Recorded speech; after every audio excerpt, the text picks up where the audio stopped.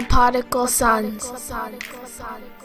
Welcome back to the best no judgment zone in the world, because neither one of us don't have any law degrees. I'm Marvelous. And I'm not your average Joseph. And we are the Podical Sons. Let's start the damn show, folks. How you feeling, man? I'm feeling good, man. I've got my water in hand today. It's not trace water, but I'm still on that campaign without a trace. Today I'm just drinking regular water, but yeah. Salute to Trace. Salute to Trace. I'm gonna hit you up after this little podcast. You will be stalked. There's a lot of shit that happened, man. You know. But before we get into it, I mean, how are you doing? How you at? I'm good, man. You know, the Thanksgiving break is over. No more jerk turkey, all that good stuff. Oh, how was the jerk turkey? That thing don't last too long in the household, man. Well, that's what happens when you got great Jamaican mind cooks. And they said, you know what? The regular turkey, the conventional method of that is dead. They gonna try it. So I want to say 1 year, way back when, they did a fried turkey, and they killed with oxtail gravy. That thing was hitting. Okay. But then they said, you know what? Let them try the jerk turkey. When they tried the jerk turkey, no one really looked back since. So salute to my moms, my aunties, and everything, my cousins and everything. They definitely put their soul in it, whatever. Now that's a crazy thing, because turkey's one hell of a bird to cook. Right. You're either gonna get it right, or you're gonna get it dry. No, they got the game mastered and stuff for them. So I think with them now, they don't freeze it. So after they buy it, they don't freeze it. Yeah. They just let it rest and sit for a bit. Okay.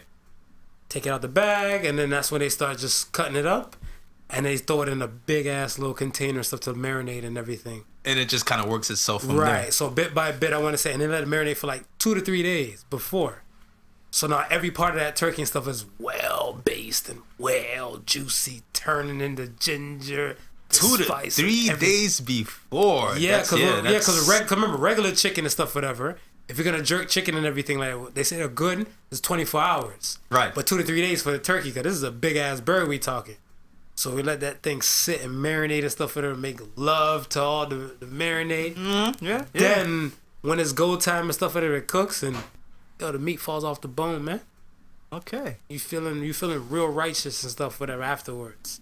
For a fact. I'm gonna have to try and reach out there one Thanksgiving and sample the jerk turkey. Hell yeah, move fast, because once everybody else starts coming in, like, oh, we here for the jerk turkey. That shit don't last long. I want to say probably about the second football game is done.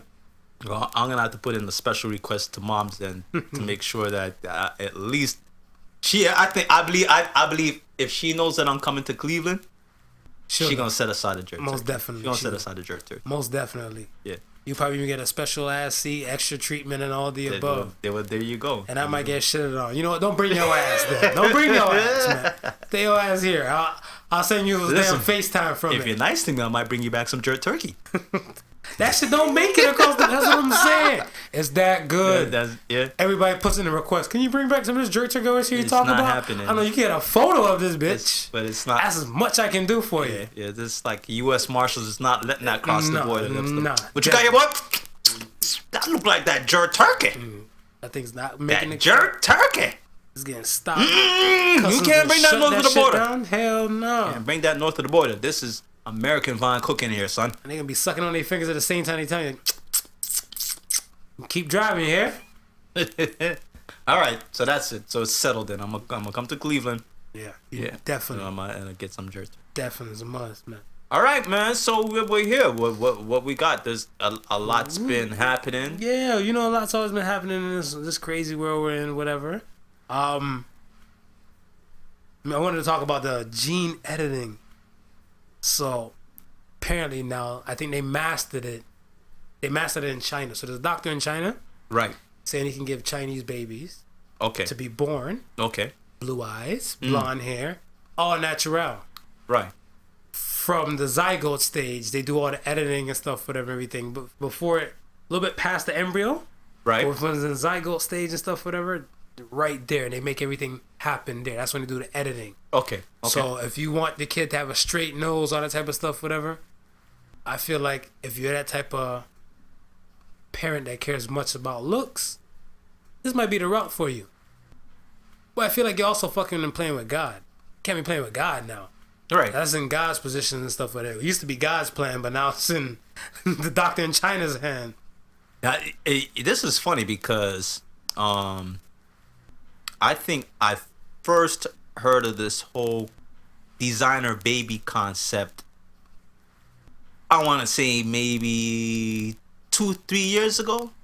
Yeah. Where the question came up, the fact that we can do it, should we be doing it, type of deal. And On a moral level, you mean? So yeah, on a moral level, and as well as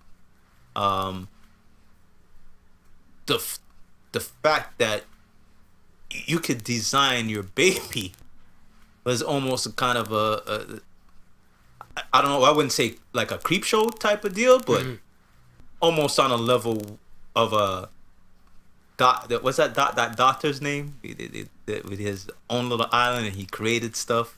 That was Monroe. Was it Dr. Monroe? Yeah, Monroe or something like that. Yeah, with Marlon Brando played the person, whatever, right? Right. See, it's we're there. We're pretty much there.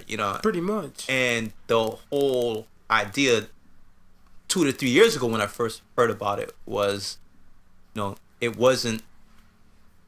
I think it was still in the maybe just coming out of the theory stage, where they've isolated the genes, just like how you're talking now. Right. They've isolated the genes, but I don't think they've perfected it to now how you're saying the Chinese government has now perfected this. Right. So here's the thing when we talk about this now. At what point is the decision left up to the individual? What do you mean? Isn't everything up to the individual? You would think, right? Okay. But let's say the parent wanted their child to have blue eyes. All right. Right? So they say, yo, doc, here what? We got a streak of dark brown eyes in the family, but I want my baby to have like big bright baby blue eyes. And the doctor says, yeah, I can make that happen. He jumps in, go this little editing and so forth like that. Bam, baby's born with big bright baby blue eyes, right? Mm-hmm. And that kid goes through, his stages of childhood, adolescence, pre-teens. He gets into his adulthood, and he realizes, I'm the only person in the family that got baby blue eyes. So he wants to rock contacts now to cover it up. And then maybe he just thinks, why do I have baby blue eyes? Like, because they paid the dinero. Oh no, it was in China. Renminbi, the people's money. yeah, they paid the money. Okay, but this is what I'm saying. At what point is now are you past individual choice? Because now maybe this person is like, man, I don't want baby blue eyes. I want dark brown eyes like my sister, right. like my dad, like my mom. So now I gotta go out and get contacts to cover up my what baby blue for. eyes that you guys wanted me to have, just for me to feel comfortable and look more like everybody else in the family. So okay, let me ask you this: you had the choice for your son. I don't know how they got this game mapped out so far, because the news and everything and stuff like that, they're not going into full detail. Me, I'm king of perverts. I asked him quick, could you make my son have an extra big dick? I would ask them that. So that's my thing and stuff I would ask first, but that's what I'm saying. Like, I don't think he should have that much of an issue and stuff, whatever, because if regular women say no to him, the porno industry would say yes to him. So regards to the fact, he gonna be all right. This is what I'm saying. Like, I understand what you're coming from with the kids and stuff will have this little mixed feeling and everything like that, whatever, but like, I think it's the parent's best interest, or the parent, when they make decisions like this, they have the child's best interest at heart. So I think they're doing it for cutting edge purposes to say like, all right, you know what? We're going to get some grandkids along the line that will have this, because he might not be with this, but at least it'll be in the family and it'll be in the gene pool and stuff, whatever. I don't think they're not in it to like all for their purposes and stuff, whatever. I think it's for like the longer run, if they're smart. But I can't speak for everybody, right? Nah, man, I think they greedy. I think they selfish. I think these motherfuckers want to have babies with baby blue eyes to match their baby blue Guess handbag. It's to me, I think it's stupidly ridiculous that you can't just have your baby be. Listen, I tell you what's good about this science. All right. If my family has a history of cancer, and if they can isolate that gene or that cause that may cause that cancer, go in there and that's what it was started off to be. Yeah, the 2 to 3 years ago, that's what they were highlighting. That's what it started off to be. Exactly. But now it's just for aesthetic purposes. Well, then during that process, right, they figured they can do all these aesthetic things. Mm-hmm. You understand? So now it became something where it was life saving, mm-hmm, right? Now it's turned into a procedure where, it's another thing that we can sell to you.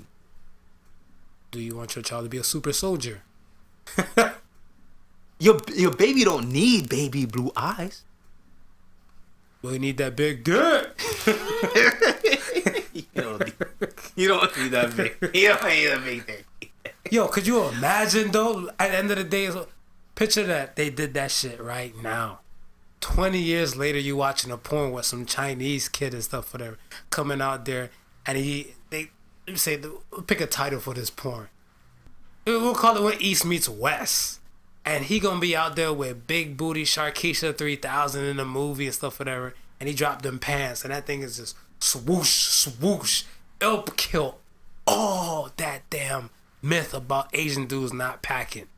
Nah, you see, and this is why I tell you why I can't be down with this whole design and stuff. Cause people are gonna do some nonsense with the stuff that you just talked with right now. Like the last podcast we've been talking about anime and hentai. Oh, you got the name right. So okay, I got it damn right. So could you imagine now what these designer people gonna be doing with their babies now? With the tentacle maybe you don't need a regular dick. Maybe you can get away with that tentacle shit. Yo, nah. yo, whip that shit around everywhere.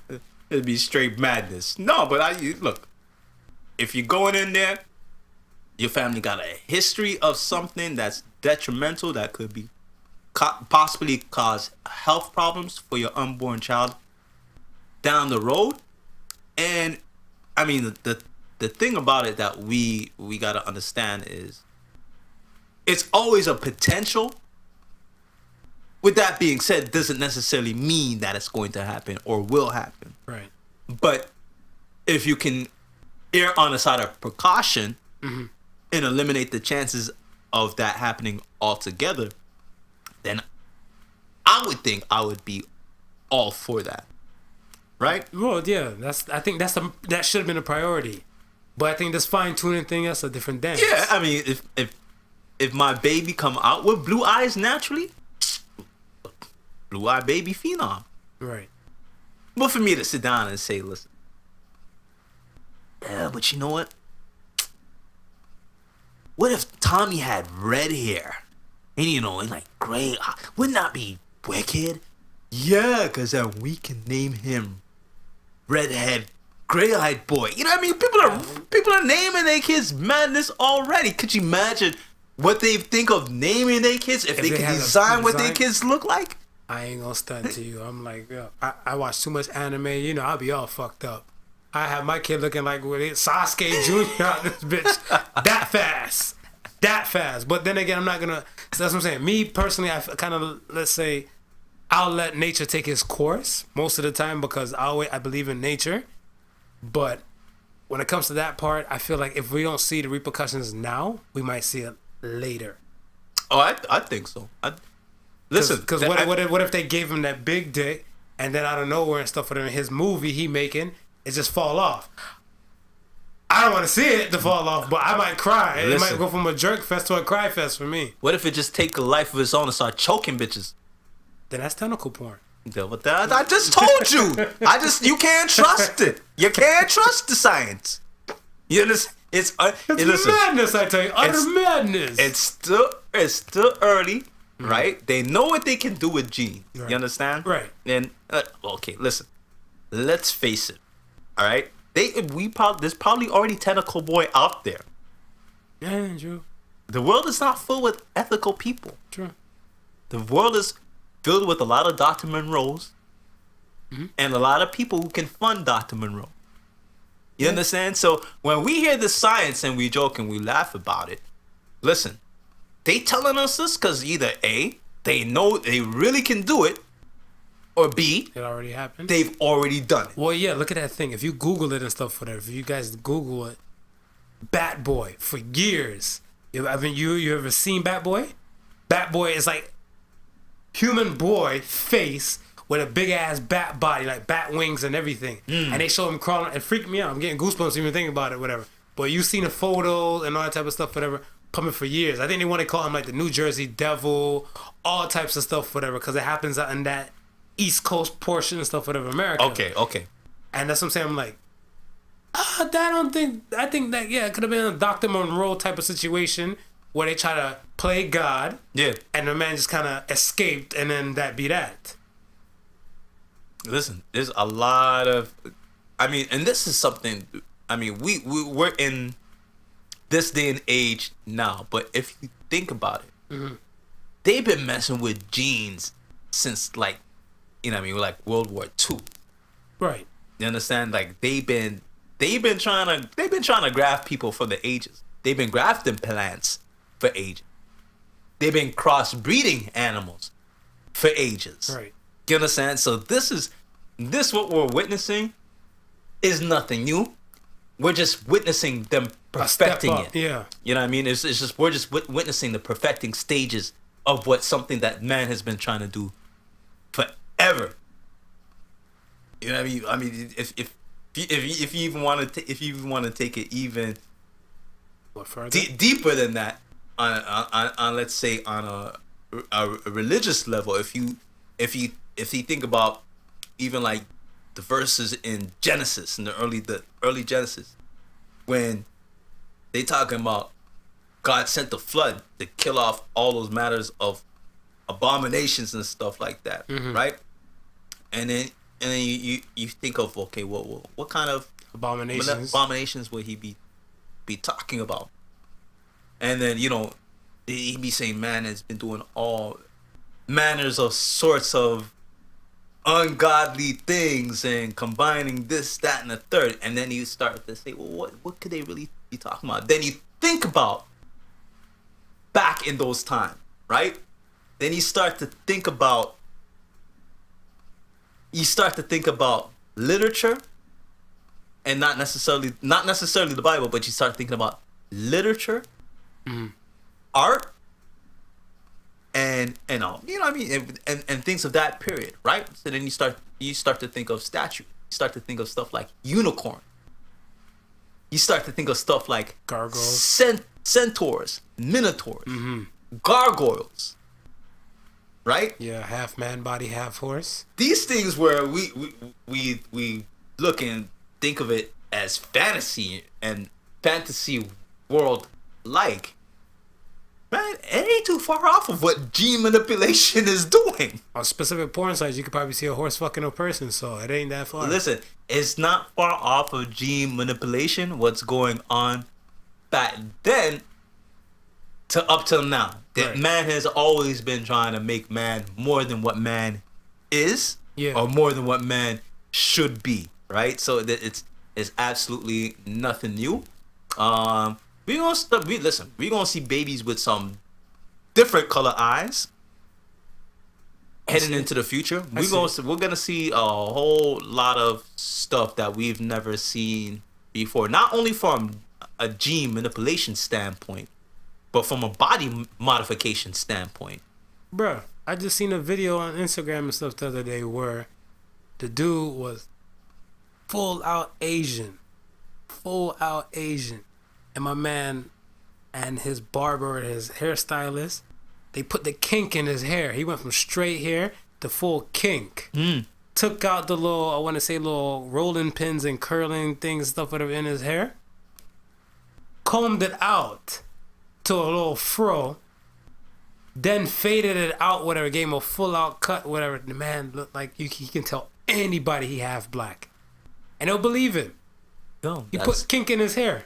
This is where we're at right now. I mean, we look at it, we joke about it, but I mean, even with the podcast when we were talking about the whole Bronson type deal, you know what I mean, where these white females can seemingly just go out and buy cream, and within the next second you think this light-skinned mommy from New York. You know what I mean? And it's Have you heard about blackfishing? no. So blackfishing now. Blackfishing is the thing where you have a Caucasian person will do a little kink to their hair, add a little darker makeup and everything and stuff, whatever, to like their light skin, and then go to these photo shoots and these model shoots or these movie ads and commercials and everything in the entertainment world. Right. And pose off like they're mixed. So they get the ethnicity kick and added to their profile. So if they're looking for to be in a commercial and stuff, whatever, like, you know, where the whole world's trying to go, I guess, business-wise, is interracial. Right. They're trying to show that aspect and stuff, whatever. Right. If that girl wasn't getting the hits and likes and stuff from before, with her just being blonde hair, blue eyes, she's doing a little bit more, dyeing her hair, putting a little kink in her hair, little tones and stuff, whatever. Now she could be a nice little mixed chick now. And the internet is in an uproar over it too.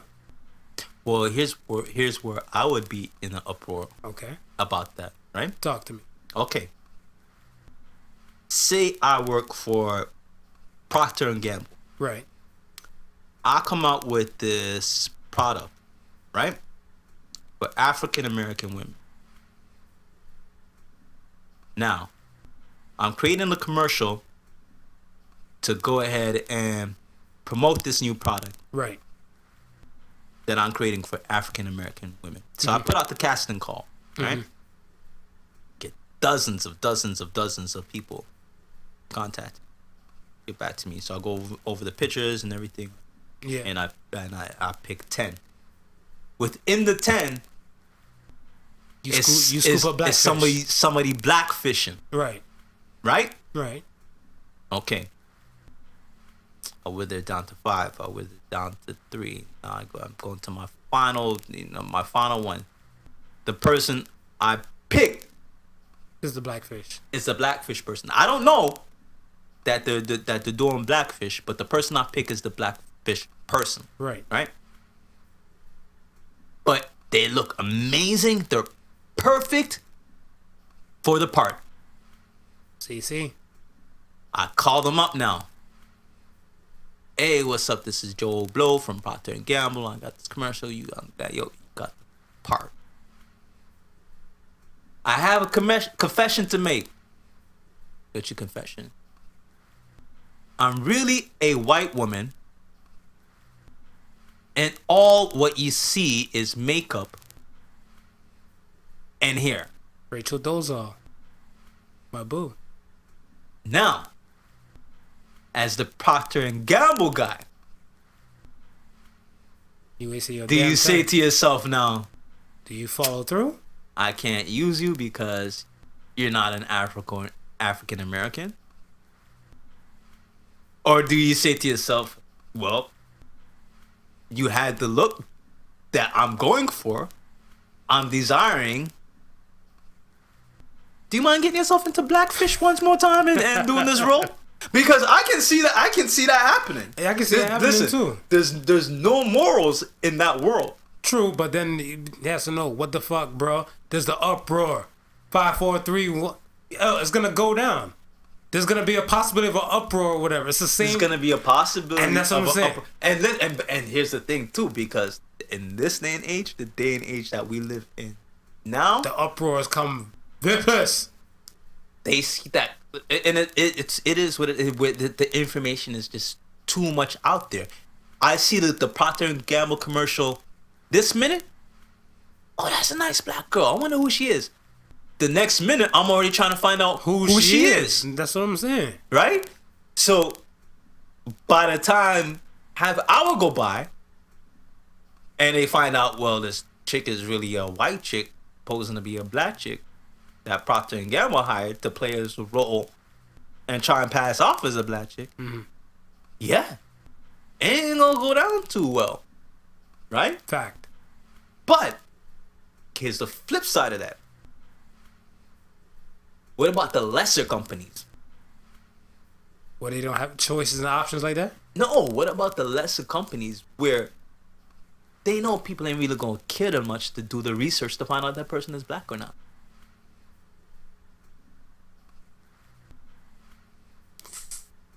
What if it's an? That's not good. What if it's an? No, What if it's an good. Okay. What if it's an EB Games commercial? Right. Right. Right. Boss comes to the guy who's doing the commercial and says, "Listen, I need a shot of 4 or 5 people, male and female, of different ethnicities, playing together. Right. Right? You go out now. You cast, and you cast somebody in blackface. Right. Right? Fish. Black fish. Fish. Black fish sound like a kung fu movie. I'll watch Black it. fish. Right? And you find out, but time is money. You ain't got no time to go now try and recast or find somebody who's actually black to play this role. And you figure more or less if the person look black, I might as well just roll with it. Who ain't nobody gonna question if the person's really black or not. Matter of fact, the only people who are probably gonna contact to see if she's black or not is maybe other TV people who may see her face and figure she might be good for another role or another commercial or something like that. Fact. Otherwise than that, the regular gamer, he don't see her on TV and say, oh, she's beautiful. Let me figure out who she is. His main concern is the damn game. Right. So now, here's a situation where an African American, due to the fact where the higher ups wanted a balanced photo or a balanced shot of all those ethnicities together. Mm-hmm. A black person just lost that opportunity to a blackfish. Yep. See where that gets kind of, you know what I mean? That whole... It can or can't happen. But they have to choose how to play with that, whatever. It's been happening in a few places.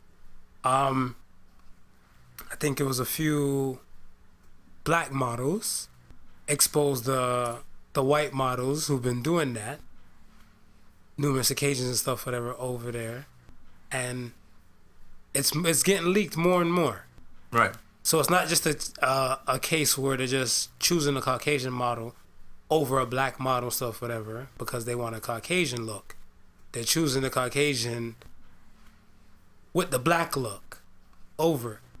Because, I mean, I don't know. I feel like it's a Rachel Dolezal thing, you know, with the Spokane, Washington woman. Yeah. Happening all over again and stuff, whatever. But I want to say that in her case, it was a different type of dance where in this case, they know the fact is that the companies is calling for an African American woman, but they're going to take the extra step to look an African American woman just for the part. Yeah. And I'm pretty sure when the part's done and stuff, they're going right back to the regular scheduled program, right? Right. And I mean, that's the part where a lot of people have an issue with. I have an issue with just the fact that, like what you said, it's the research part at the end.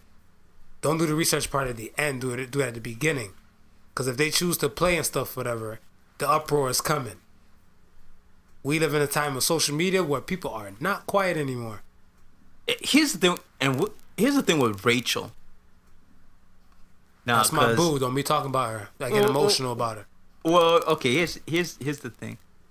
Was she actively acting as if she was black, or was she just not? Or was she just not saying that she was white? That she was just allowing the same. She's just allowing the whole No, it's one thing if you come out and say, listen, I'm black. It's another thing if you just let people assume and you're not. Well, you're she not let the saying people anything. assume. Okay, so the things that she let the people assume. What I didn't like about the whole Rachel Dolezal story was the fact that, let's give history. Fact of the NAACP. The NAACP started off with, I believe, 10 members. Right. Out of the 10 members, Right. there were only 2 black people. Yeah. Right? Which a lot of people don't know that. Okay, so for the folks at home who don't know, the NAACP started with 2 black people. The rest of the people on there were all Caucasian. Yes, that's a fact. They were all Caucasian.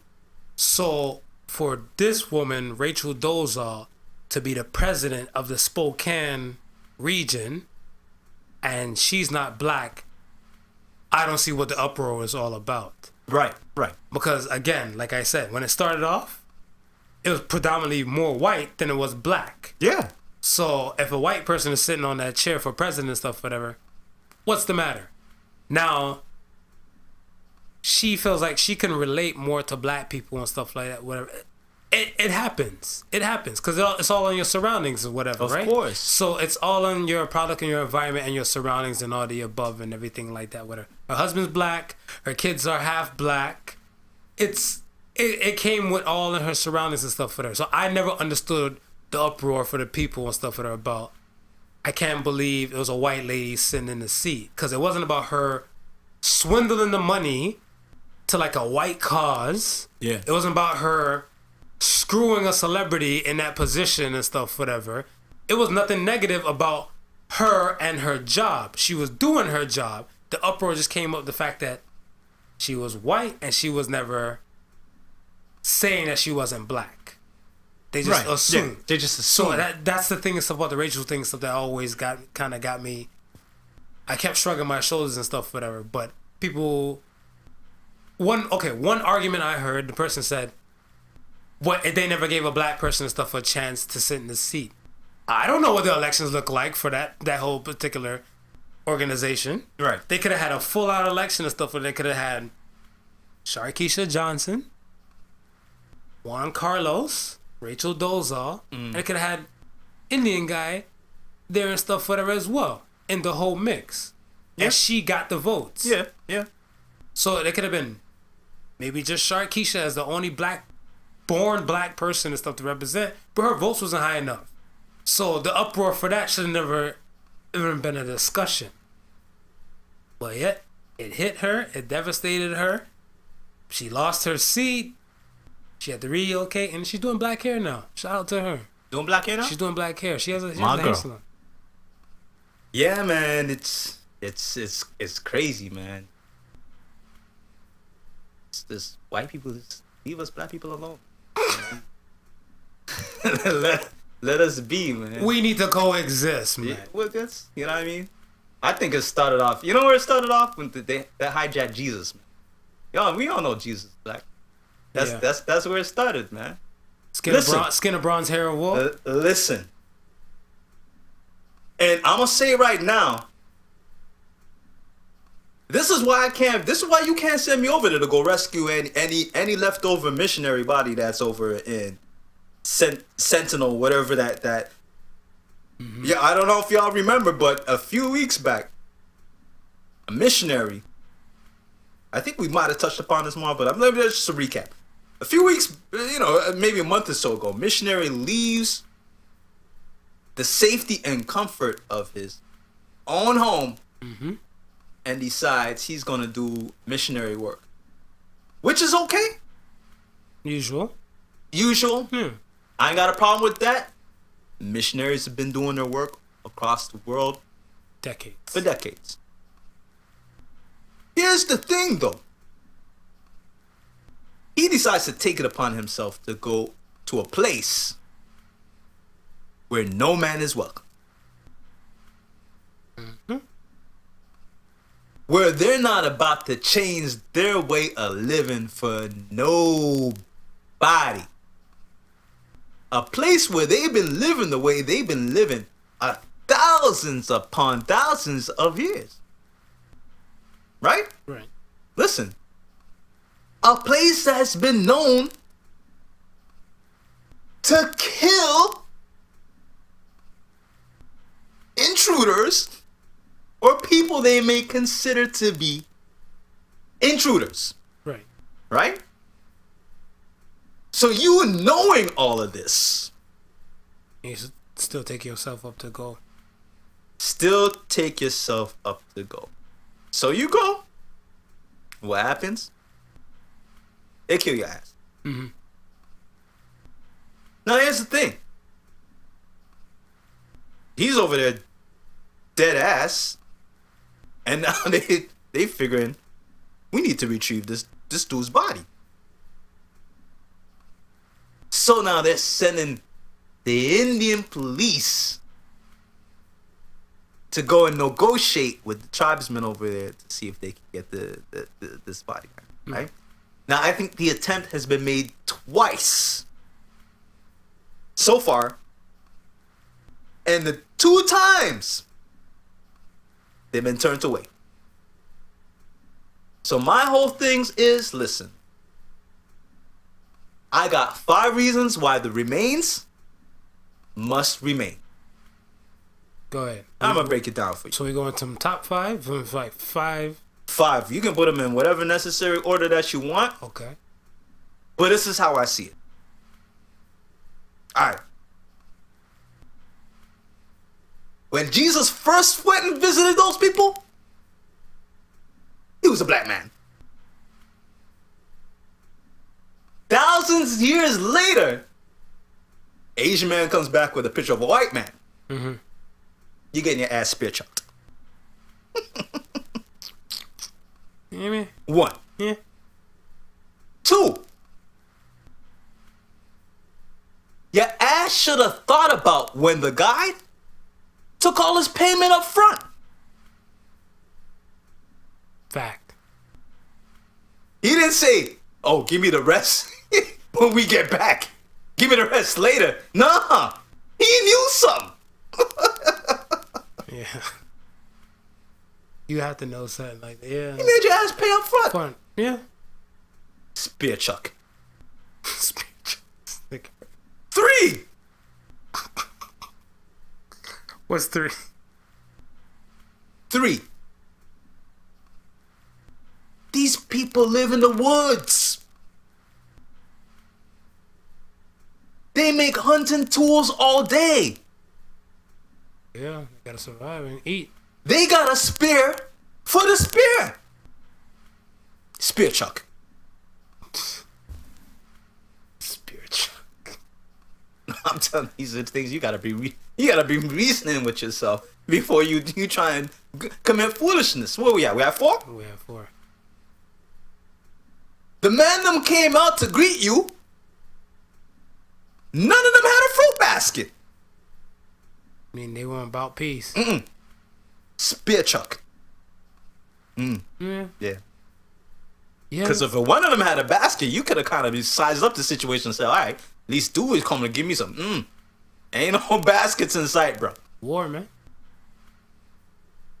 The 5th and final one, why the remains got to remain there. Listen, my mom picks up a shoe to throw at me. I'm already in 3/4 dodge mode. Right. You mean to tell me you watch the screw-faced black man get into Olympic javelin throwing form, chuck the spear into the sky? And you not moving? You stood up and you looked at that sky and looked at that spear and you said, look at that beautiful spear in the Lord, you make a beautiful sky for that spear to fly in.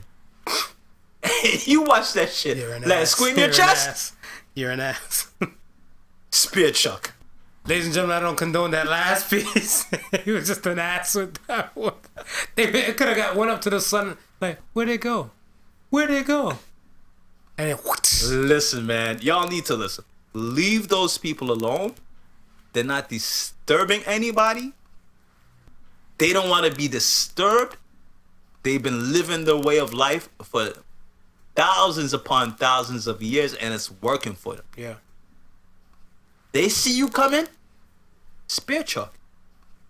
It's that simple. You want to be a victim of the spear chuck? Go ahead and do what homeboy just did. Ignore the 5 reasons why you shouldn't. Get your ass dealt with. Real Believe fast. the ferryman gonna take his ferry in full. He knows you ain't coming back. Nah. And they gonna send police.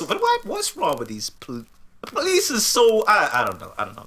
Speaking of police, cause we about to get this all wrapped up and packaged and bowed nicely, because homegirl Amber from the Mrs. Dallas, Officer. yeah, Mrs. Officer. Mm-hmm. Listen, they upgraded her charge. Okay. It's now a murder charge. So, we know if things is about to get serious, right? When they upgrade a cop charge to murder charge. When they upgrade the cop's charge from manslaughter, remember it was the manslaughter charge. Right. Now it's straight up murder. Now, when you get a murder charge, that means who did it with the intent to kill, Right. right? So although we haven't heard much more for the prosecution of becoming to upgrade the charge, that means there's a lot of information that kind of leads towards that. Now, here's my thing with this whole thing is now, I think being that it's a murder charge, you really have to have an ironclad, open and shut case. I think with manslaughter, there's a little bit more room. Or more wiggle room for getting out. No, for a little bit more wiggle room for the prosecution to pin you with it, right? Right. The murder charge, you definitely have to prove that there was the intent. So that's what I'm saying. If they but she upgraded Caucasian though. She Caucasian though. Whatever. I don't underestimate the powers of white privilege. That's just me. This is what I'm saying. This is what I'm saying. The murder charge, it might be a harder charge to pin and prove. Right. Whereas the manslaughter, It's harder to prove. might have been easier for them. It might be easier for them to convict her on the manslaughter, Right. right? I think the murder, unless they really got hard, concrete evidence that she planned to carry out this murder, then it can be the charge can be defeated. I see it, but I still feel like, here's the thing. There's people that go into the court system and stuff, whatever, right? With these type of charges, right? And then when it comes down to it and stuff, whatever, these are the ones that will get the charged. Let's say the charge will say, no, the sentence would be 10 years. But good behavior, all that type of stuff, would probably cut them down and bring them to like, I don't know, 3, 4, depending on the individual and depending on the circumstance, because they're going to look at, she used to be a law-abiding citizen to the point that she was a cop, etc., etc. They'll swindle this bitch. I don't feel like she'll do the full 10, even if it comes up. No, I don't think she's gonna do the full 10 either. And that's what I'm saying. Like, with the murder charge, it's gonna be so hard to prove the intent. Because first of all, I mean, they're sticking with a story that Wrong she key, didn't know. Wrong place. You know what I mean? She obviously thought that she was in her place. So then the angle will be now, well, what was her frame of mind? And in that frame of mind, does murder stick? Right? Because when you get that charge, it's with the intent. Right? What type of frame of mind were you in when you had that intent? So, you know what I mean? If they can swing the fact that, hey, maybe she wasn't all that there, then they can't convict her of murder. Let's see. You know what I mean? It's slippery slope. But you know what? I'm glad I'm glad that they did charge her Yeah. with the fact of murder, because I mean it was looking way more than manslaughter. I'm pretty sure it is way more than manslaughter, but again, I wasn't there. We weren't there. The only two people who were there, one's gone, Right. and it's just the other one story that we really have to go with. So I mean, unless evidence can really strongly contradict what she's saying, might be a hard fought case. I'm a fan. I'm a fan of if the cops and stuff whatever did do it, they all held accountable, and they need to do the time, because there's a lot of cops and stuff whatever still that has been yet brought in front of the media, and there's nothing sticking to them like Teflon. So I mean, at the end of the day and stuff whatever, when at least one, hopefully it warns the rest that one day their day will come. So therefore it's a step forward for them to ease down the killing and stuff for the injustice level to the blacks. It'll be interesting once it hits trial to see, you know, what really took place, or at least have an idea of what brought the situation forth. Because it's always a situation with police shooting, Right. that, you know, I mean, the details always comes out in court, and you can kind of you know get a full sense of what really happened besides the state, because you know you can never really get the gist of the statements. They're gonna tell you whatever they want to tell you. Mm-hmm. It's up to the prosecution or the defense on either side to really dig deep and get into past what they're just saying. You know what I mean? To really, because up until that point, you really don't know. My case in point, look at maybe 2 days ago, two or 3 days ago, Okay. the shooting in Niagara involving 2 police officers. Right. Right? Right. When I first heard it over the news, right? Mm-hmm. It was officer shot or police shooting, right? That was it. That's it. So police shooting. So I'm left with the thought of, okay, there was a shooting and it involved a police officer, and I'm automatically assuming a criminal. Right? Police shooting. Right. That's you automatically assume, right? Because they're not really giving you any other information than just that. Right, but the powers that be, they know what they're doing. They know what they do. They know what they're doing, right? Right. After that, you hear police shooting involving two officers, Right. right?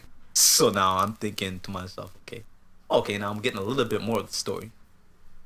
2 officers shot after a criminal. Because this is what you're thinking in your head, right? This is what you're left to fill in the gaps. So your mind is trying to think logically based upon What they're letting off. And based upon prior knowledge of situations before. You're used to, because your brain does like association and stuff like some things. So you're used to, if officers are involved in a shooting, you're still thinking officers are shooting after a criminal, right? Then you get to find out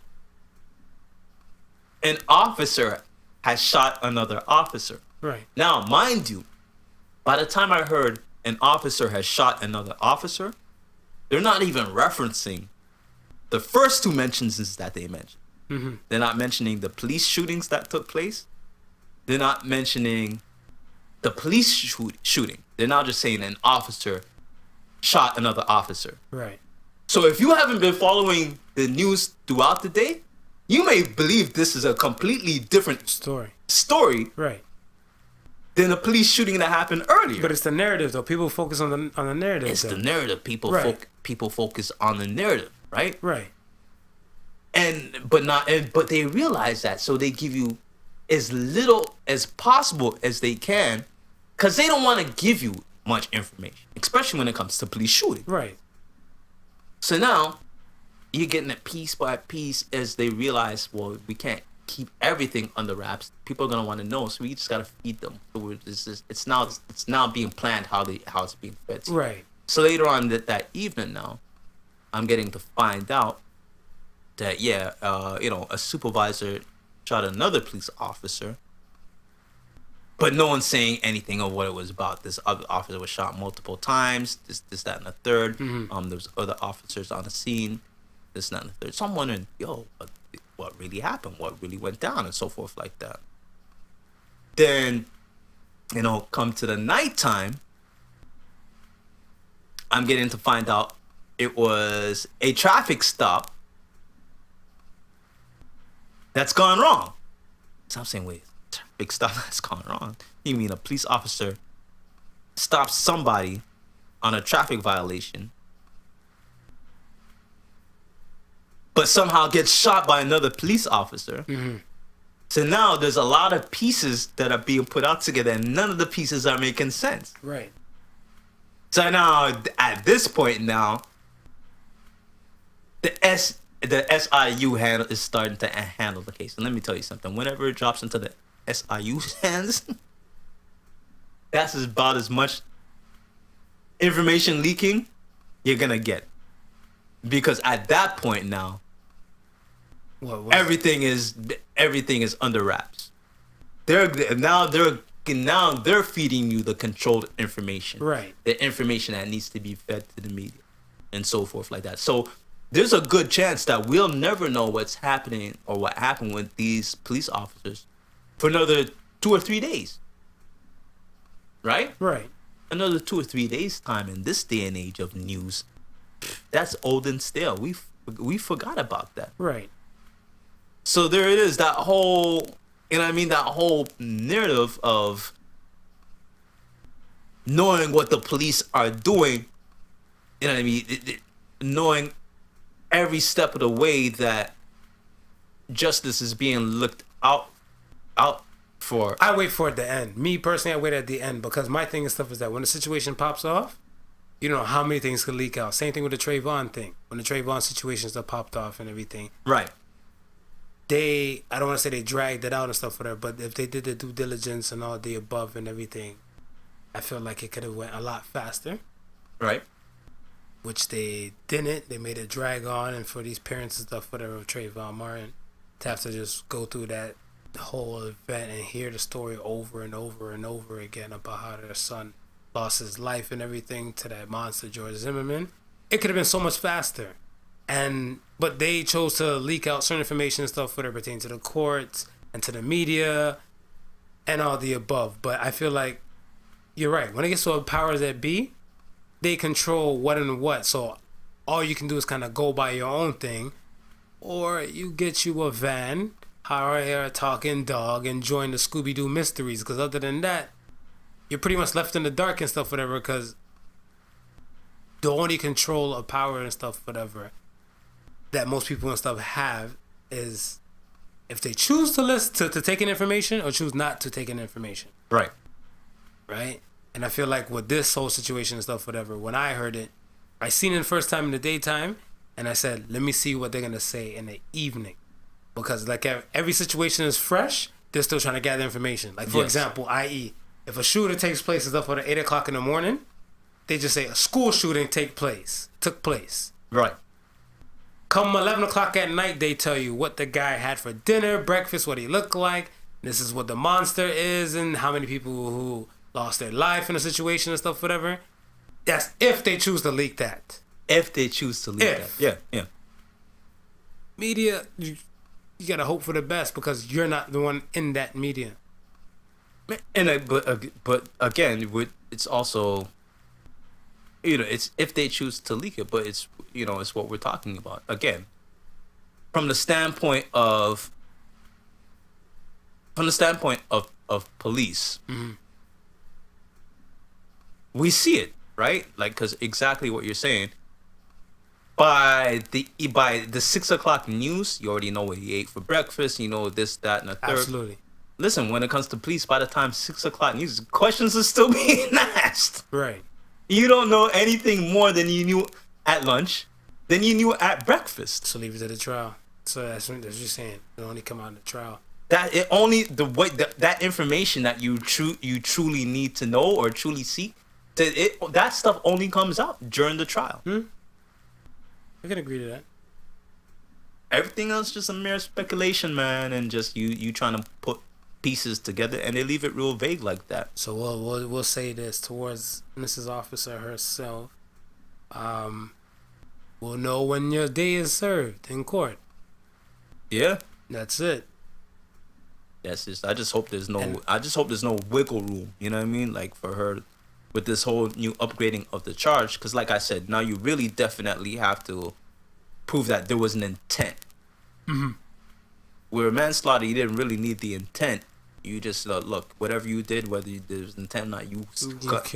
And I mean, even with the murder charge, even if they don't get, I feel that it might drop down to a manslaughter. If they can't get the murder charge, it might get convicted on the manslaughter.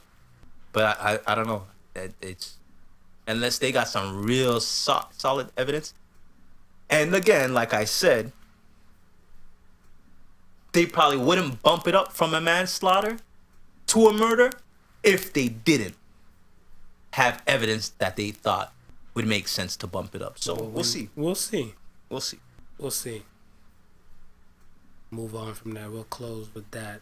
Talk about some shit that happened up in sports. I make a quick little news thing for the masses. If you're not following the NBA now, NBA's pretty going damn good right now. Let me say this. From the month of October to the beginning of December, there's been 8 players that's dropped over 50 points in the NBA. Yeah. That's insane. Yeah. That's insane. I think Kemba Walker's the highest with the 60. He dropped 60 points and stuff, whatever, within that time frame and stuff, whatever. LeBron, he normally does it. Durant did it the other day with the Raptors and lost. I think the one that came as the biggest shocker was it Derrick Rose? Derrick Rose. Yeah. Because I mean, he was just he had a shit situation with the career so far, the trades, injuries, all that stuff like type that, of stuff. And he wasn't looking for a good while. He wasn't looking like his former self, and I think that when he did it was almost like a feel good story because here it was under so much adversity. And knowing the type of player that he is and what he was doing, it was good to see him to be able to perform. Yeah, like I had to hand clap that. It's like when it happened and stuff, I was like, yeah, I think not only was it was therapeutic and stuff for him, but I think it was good for the people and stuff to know because if he's been being pulled around like a rag doll and stuff from to and fro on how his career shoulda, woulda, coulda been from way back when, and to do this and stuff and revitalize it and stuff, whatever. It's just showing you he's like, he's still putting in the work and he's still here. And then other players and stuff as well. Like I said, Steph, he did his 51. Clay had that night with all his shots and stuff, whatever. He did his 51. And so, like, they've been working. They've been working. So, like, the NBA thing right now is not really nothing to sleep on right now. So, if you're not watching NBA and stuff, whatever, pay a little note. Now, do you think that these players are really taking it upon themselves to step up and play on another level? Or do you think the new rules and the style of play in the NBA is kind of really has now really set in its way where people who understand it can take advantage and now score at will? Step their game up. Step their game up? They stepped it. To me, my opinion, stuff. They stepped their game up and stuff for that because I want to say you come to a point where these guys, they've been playing this game for years. Right. On a professional level and stuff, whatever. Let's say for some of them and stuff, we'll say max a decade. Right. Max a decade and stuff, whatever. But for years, these guys have been playing on at least a regulation type of level, from like high school to college and everything. So they have the rules and regulations stuff in their head embedded into them before they set foot on an NBA court. They know the differences between, I guess, like a high school game and a college game rules compared to a college game rules to like an NBA game rules. So that thing stuff is embedded to them, but they know for a fact they have to step their game up, because if you look at in the past and stuff, whatever, let's say if you take it back and stuff to when Jordan was in his prime, how many players have been dropping numbers and stuff like this? Could you even say that there was at least over 5 players dropping over 50 points and stuff, whatever, within a month time frame? 5 different players. Right, but okay, but this is what I mean. Okay, those players that you just mentioned, Right. right, Right. still with having that skill set, right? If you took them and put them back in the Jordan era, Right. where the style of play is different and more physical, would all those players still score the 50? Out of the 8, I want to say there might be 2 that fell off. Might be two that There fell might be off? 2 that fell off. But I think the rest of the stuff will 'Cause still he- hold their own, because what's changed between a Klay Thompson or Steph Curry's 3-point style compared to like way back when? Defense. Here's the thing. In the Jordan era, I could hand check you. Right. I could put my body on you all day. So I could smother you with defense, right? You can't do that in this day and age, this Fact. NBA, right? Fact, that's a foul. Okay, so think about it. If you watch how Kevin Durant plays, right? First of all, he's 7 foot. You understand? So when he jumps and elevates for a jump shot, nobody is blocking that shot. Right. So he understands that all he has to do is get to the areas where he knows he can shoot and hit those shots. And 8 times out of 10, he's probably going to make that shot. Right. Right? Right. But the fact of the matter is, he's allowed to get to those spots and make those shots. Right? Right.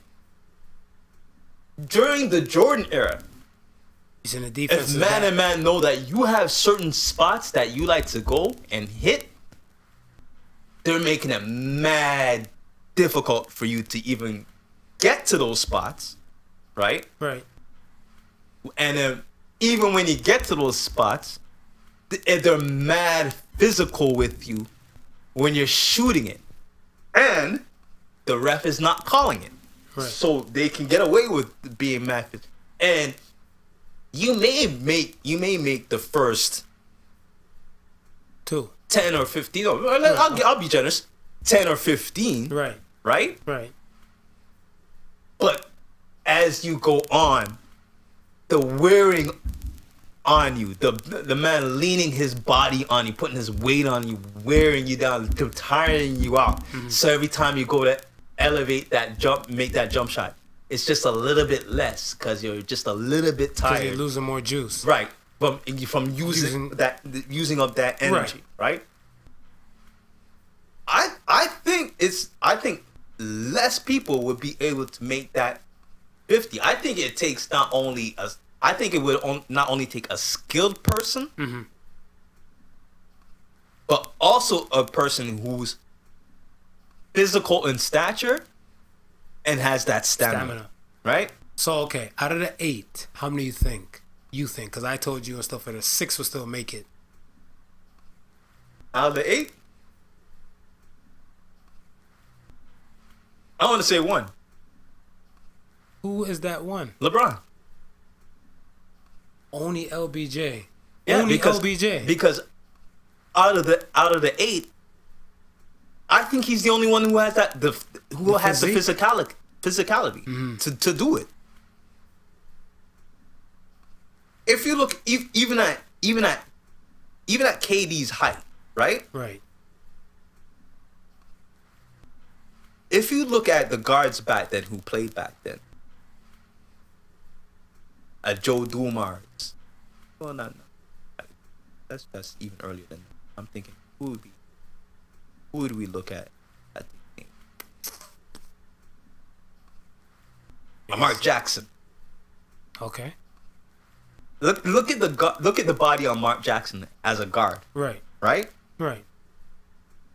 Even the body of Mark Jackson as a guard,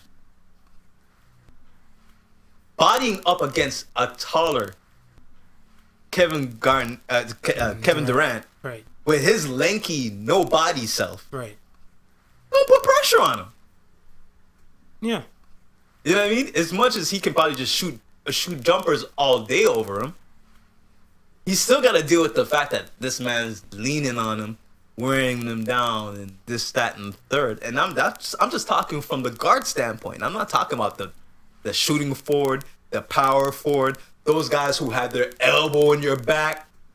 You know what I mean? The full on beer hug, the wrap around you when you're dribbling. Because all of that stuff is non-existent now. Right. You understand? So you're playing with the amount of freedom that has never been seen in the likes of the NBA. Mm-hmm.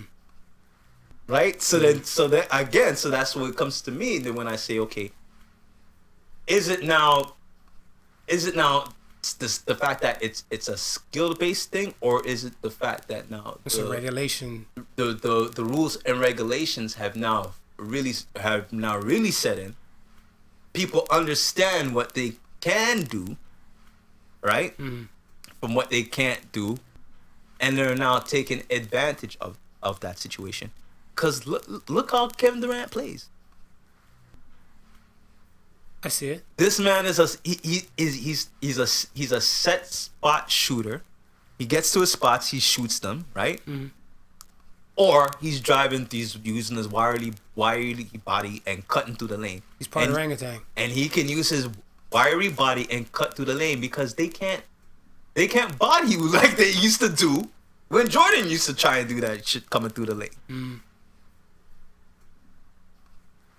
I see it. I give you that. You know what I mean? It's a totally different day and age that these guys are playing. These guys are playing ball in. They're in. You know what's not a different day and age? What's that? Dwight Howard dribbling balls. I'm just fucking with you. Oh man, listen. This is funny because I think last year sometime there was a clip that went around of some game they were at on the court, and he was sitting on the bench. Howard was sitting on the bench, and I guess a teammate was walking past, Mm-hmm. and he grabbed the teammate's Johnson. That might be partial Caucasian like behavior. But this is the thing. You know what I'm saying? And the player had that kind of like that look on his face, like, oh, you stop playing around type of thing, and he moved his hands and stuff like that. And at the time, it just seemed like some good old white boy fun. Right. All right. But was it? Was it really? I mean, it could have been a new code for like dick tug me, like, hey. Yeah, well, it like, you know, if you get that text from a woman, you might be like, hey. It could be, because... And it depends on how many Ys you might get. There might be how interested they might be. Well, I mean, now we're getting to understand that, you know, Dwight Howard don't only just like his teammates, but he likes to play with the mates on his team. You understand? Oh, that was poetic. And here's the thing, because we're in 2008, and he should have no shame. No shame whatsoever. Do you? Be you. In fact, it's encouraged in this day and age than more than any other time. The problem is when you're not owning it, it almost makes it look like, bro, you're either ashamed of who you are, or you're ashamed of the people who are just like you. And that's not a good look, bro. That's not a good look, especially in a time where, you know, we're getting to the point where we're much more accepting as a society, and we're starting to look and see things differently. And I say that, and when I say that, mind you, there's always gonna be people who have the bigoted attitude and beliefs. Yeah. And we already know that we can't change everybody. Well, you can't change everybody though, right? But I mean, in any cases of whatever, you should try and make yourself happy first, and then get ready to deal with the world. If you're not selling your soul or hurt anybody else in the process of you being happy, what the fuck is the issue? That's it. And you can't let anybody else define your happiness. That's another thing. Exactly. Your happiness and my happiness are two different things. It's two different things. And dude, I think the backlash that you're really getting now is the fact that you still trying to hide when there's no reason to still be trying to hide. I think whosoever might be talking to him now, yeah, they might try to convince him and stuff like, bro, just let it go.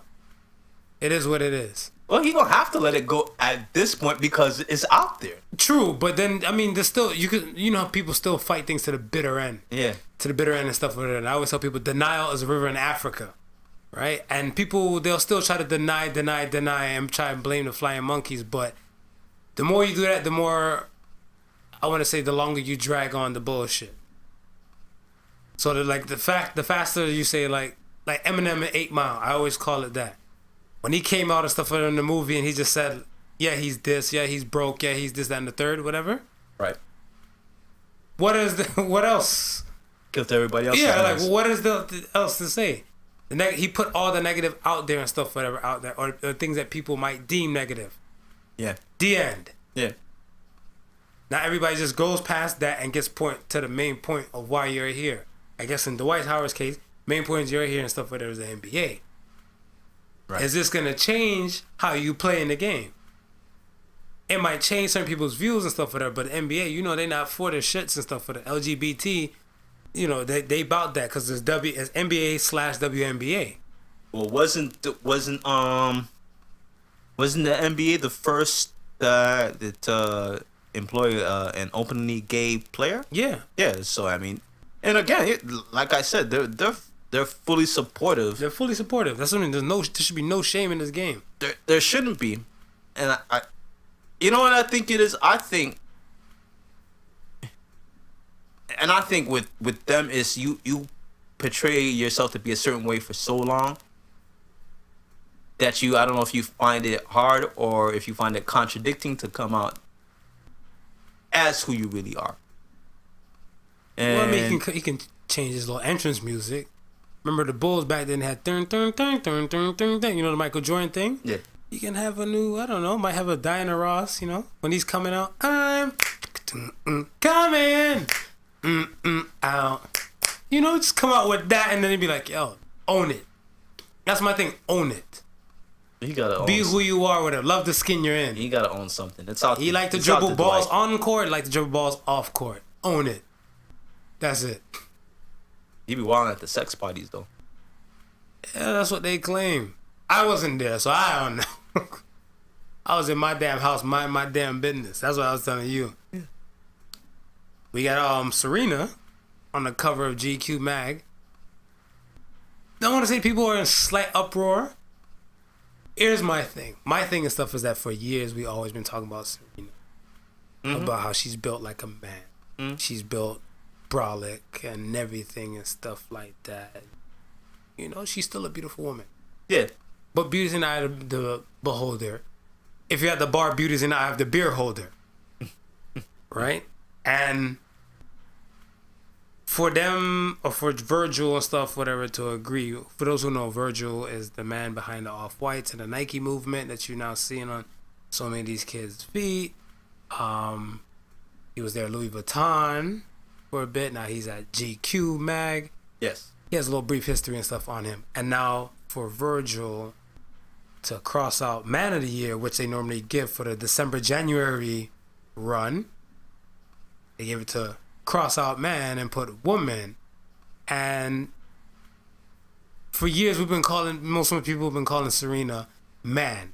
And for them to bring that up and say it like that, whatever, I want to know how you feel about that.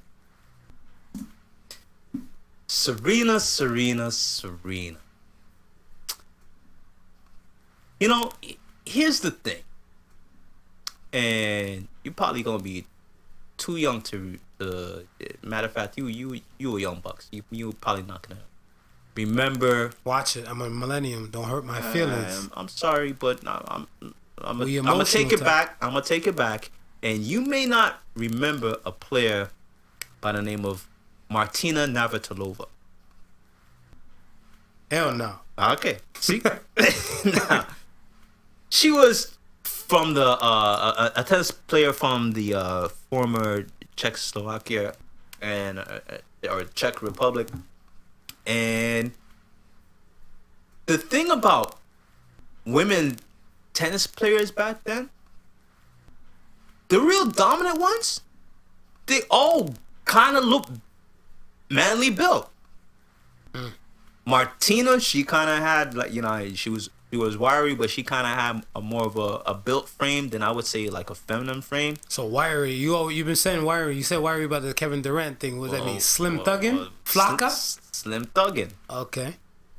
You have another female by the name of Steffi Graf. Maybe you might. I know Steffi Graf. You might know Steffi Graf. She a little bit. But Steffi Graf was still smaller than Serena. Smaller than Serena, but she was cut. She was cut, and she had that. You know, I mean, she didn't look feminine to me.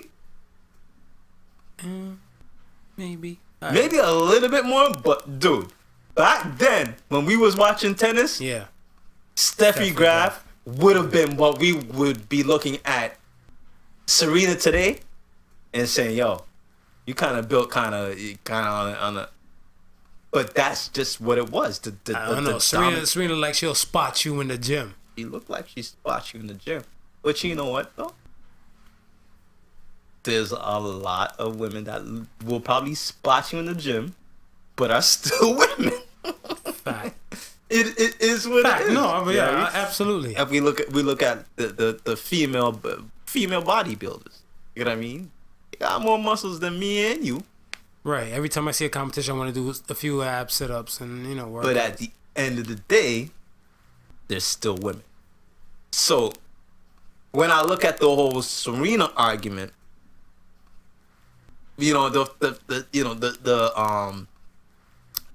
haters, I would say, along with the conspiracy theorists, would like to say, well, she was really a man. They really men, and this, that, and the thing. True hater. Look, man. True hater. Look, man. Look. Stop all this foolishness. Forget that crap. They are women built to destroy every other woman on the face of this earth. Ain't nothing more than that.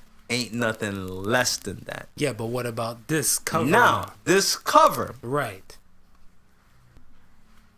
I think Virgil I think he just playing on the fact, just like how you said, that people consider that people have been spreading these rumors around. You know what I mean? And I think not only it's a play on the fact that people are spreading these rumors around, but it's also a play on the fact that, listen, in sports, the man is not always going to be the dominant news item for the year. Fact, but GQ doesn't only highlight sports. There's been other men of the year. There's been Clooney on there, Pitt. There's been other people and stuff who are not athletes. Right. Why not bring somebody who's even a non-athlete and stuff, whatever, or a game changer to the cover than over a woman? No disrespect, but I feel like there's still more magazines and stuff, whatever, that cater to women than they do cater to men. You might have your token outdoorsman, your guns thing, and then you have like Maxim and GQ and those same kind of categories and everything. Why choose Serena? Because the argument and stuff is that he crossed out man and put woman of the year and stuff like that. And a lot of people are and up arms saying that, oh, so because we've been calling Serena man for the past few years, it's okay to put her on the cover of GQ, a man magazine. Yeah. Yeah. Yeah, and I also see it as, listen, right now they're trying to, we're in an age where they're trying to get rid of the whole notion of gender, period. Mm-hmm. You understand? If you explain it like that, then I can get that. So they're just trying to kill the gender barriers, period. Period. So this is a move where you're looking at it as he's crossing out man and putting woman there as if he, you know what I mean? I can look at it and say, well, he's crossing out the fact that he's no longer considering the fact that we have to have a man of the year separate from a woman of the year. It should just be, at that point, it should probably just be the human being of the year. So to highlight that point, I'm saying, hey, no longer is it a man of the year. In fact, this year we're gonna have a woman of the year. Right? I could be throwing him bail. I don't know. Well, no, she did it like for herself. Her accolades and stuff were real good this year, right? Yeah. You know, like minus the whole thing with the ref and her and Naomi going at it and stuff like that. But like, she got married this year. She got married earlier this year because she had the baby, I think, the end of the last year, and then she got married and stuff this year and everything like that. And all that stuff is real good. The controversy she faced with the cat suit, the black tutu. Yeah, the tutu, the caricature. She had a run this year. Yeah. She had a run this year. Just saying, if it comes to the time, hope you're listening, someday women's health. I don't mind being on the cover over there, teaching women about the yoni eggs and stuff that I see on social media about how to improve your Kegel game. Because if we're killing barriers, let's have a straight across, no double standard and stuff. It only works one way. It has to work all across. So you gonna hang some barbells from your balls? No, I'm gonna teach some women and stuff, whatever. Some techniques about the yoni eggs and stuff, whatever, on Women's Health magazine. And then they can't look at like, I can't believe they got this guy teaching the thing. I'm gonna be like, don't forget Serena on GQ. Listen. It might happen sooner than you think. I'm waiting for it. I'm waiting for my time to shine. It might happen sooner than you think. You understand? Why the hell not? You might be up there flipping eggs and shit. So, for the folks that don't know, let me say salute to Payless Shuso. Payless. This is a good one. Payless, I fucking love you. At Sofa King Marvelous fucking loves you. Listen. I bought a couple shoes at Payless, man, and they some nice shoes. They the joint. Yo, play this. When you're a little kid, Payless will hurt your feelings. When you become an adult and you need some shoes to do some ones and twos and stuff, whatever, Payless would be cool. Well, Payless been through some chronicles and stuff with it. Like, a lot of their stores closed. They filed for bankruptcy, I think 2017. Yeah, last year. Yeah. They've been through some chronicles and stuff, whatever. So now Payless, what they did now is that they made a fake pop-up store. Okay. They made a fake pop-up store. They call it Palessi. And they made Palessi. They took all the Payless shoes that they had, re-improved the labels and stuff for them, and put this Palessi label over like the heels and everywhere where it would say Payless or the type of Payless brand over it. Right. Okay. Got some social media influencers and stuff, whatever, because the influencers and stuff, I guess, mean everything now to a product. Yeah. If you're making a product, Trace Water, we will be the influencers and stuff, whatever, for you guys. Hey. Let me ask, before you continue, let me ask you this. What the hell's a public figure? A public figure? Yeah. And what qualifies you to be a public figure? Okay. To me now, so I'm going to give you the Political Son's answer, and I'm going to give you Sofa King Marvelous answer. All right. So all right. so Sofa King Marvelous answer and stuff is that a political figure is a public figure is a person and stuff whatever who's known or has been hashtagged or at many times. Right. Passed to a certain type of level and stuff whatever on their social media platforms, not just one, Right. but several platforms now. Right. Okay. And minimum I think followers is at minimum I think 10,000. 10,000. Okay. Minimum followers is Okay. 10,000 and stuff, whatever now. So now if they go, these people, public figures, if they go for an interview somewhere and everything, they're allowed to put this on their resume. No bullshit. So they can put this on the resume and stuff, whatever. And you're like, so if it's something about you want to sell trace water, Right. you said your minimum followers are 10,000. Boom. They look at that, they're like, you are a public figure because people know you and they can easily go hashtag not your average Joseph and see that, yeah, you're backing up your words. Right. You're a public figure because another company already hired you. So this is part of the reason why you have this public figure name. Okay. Podical Son's answer, man, you're just looking for some damn fame. Don't worry about your followers, you need to get your dollars up. But I guess that's what they're using and stuff, whatever, to say they're gonna try and get their dollars up.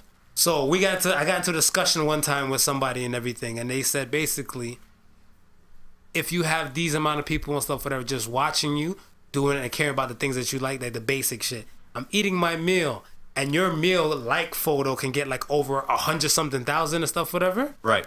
You're known to the peoples as a public figure. Okay. So now, here's my other question to that. Because in my IG profile, right, I can select musician. Right. Right, because that's basically, one of the things I use my IG for is to promote the fact that I do music. I'm involved with music in almost every aspect. So I have it as musician. Right. Right. Now that's something I can go in and I can pick and customize for myself. Right. The title public figure is that in the same breath where somebody can say, well, what is it that you do? Oh, let me go scroll through this, that, musician, artist, this, that, public figure. Or is that something that's added to your profile after you reach a certain amount of... Some people add it just for shits and giggles. And it might not be... So it's something that you can add. You don't even need to have a certain...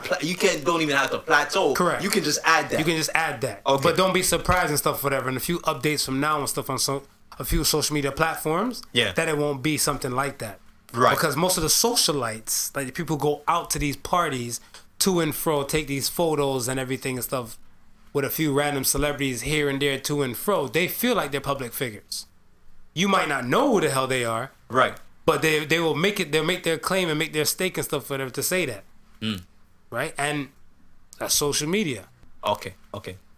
So I mean, sorry for the sidetrack, the long-winded sidetrack, but I think that little sidebar is necessary. It is. Absolutely. In order for people to understand the whole influencer thing. Absolutely. So that's the same thing and stuff for that, because you might have a person and stuff for that, especially with these social media influencers and stuff, whatever. They might have a product, they might have a particular product and stuff, whatever, and they might just say, you know what, don't mess with this product.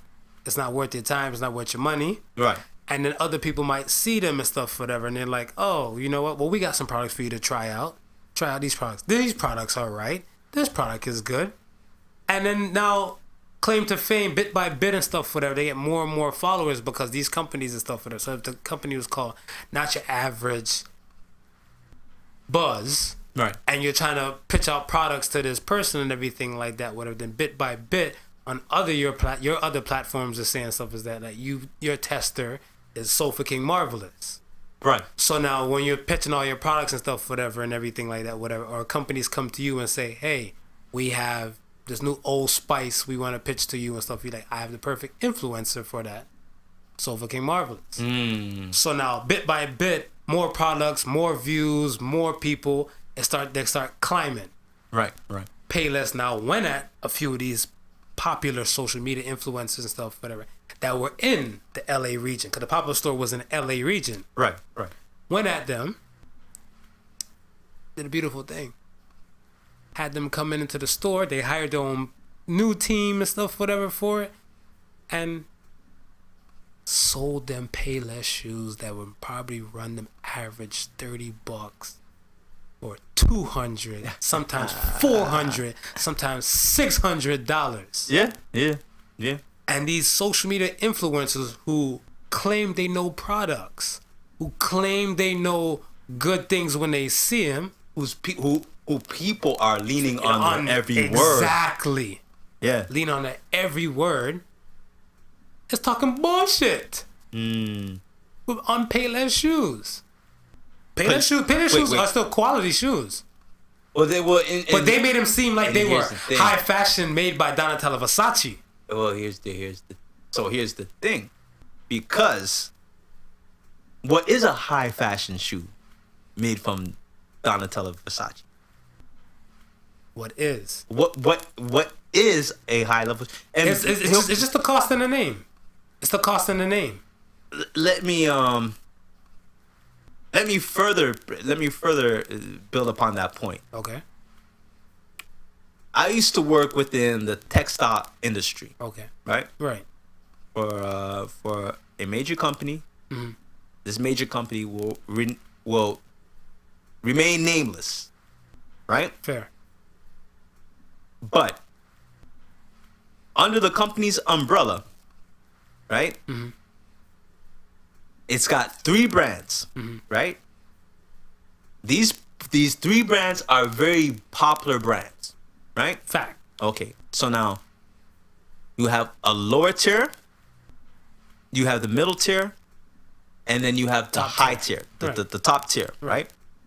Now, within the 3 companies and the 3 brands, they make sure to keep specific items in their place. Right. You understand? So lower end items you'll get at the lower store. Middle to high end you'll kind of get in the middle range stores. High end items you'll only get at the high end stores. Right. Here's the thing. That parent company, their buyers are only buying clothes from one place. Right? Right. I can see that. Okay. Now that place is somewhere in China. Right. Okay? So I'm breaking down the textile industry for you. In China, there's maybe 4 major factories that makes everybody's clothes. Sorry. So now they make it exactly like how I explained it to you. Fair. Low end, middle, top tier. top tier. Right? Right. Now, all these companies around the world that deal with clothing and fashion send their buyers. They'll go see what's happening for, let's say, 2019. What's gonna be the shit we're in 2019. Okay. Right? Now,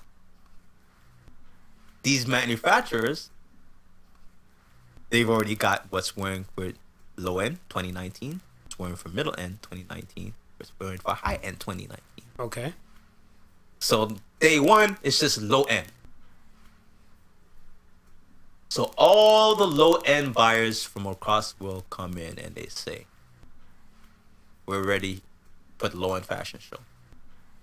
So the manufacturers now, they start parading all the low end fashions on all the buyers. Let's say buyer from H&M sees something. Go, okay.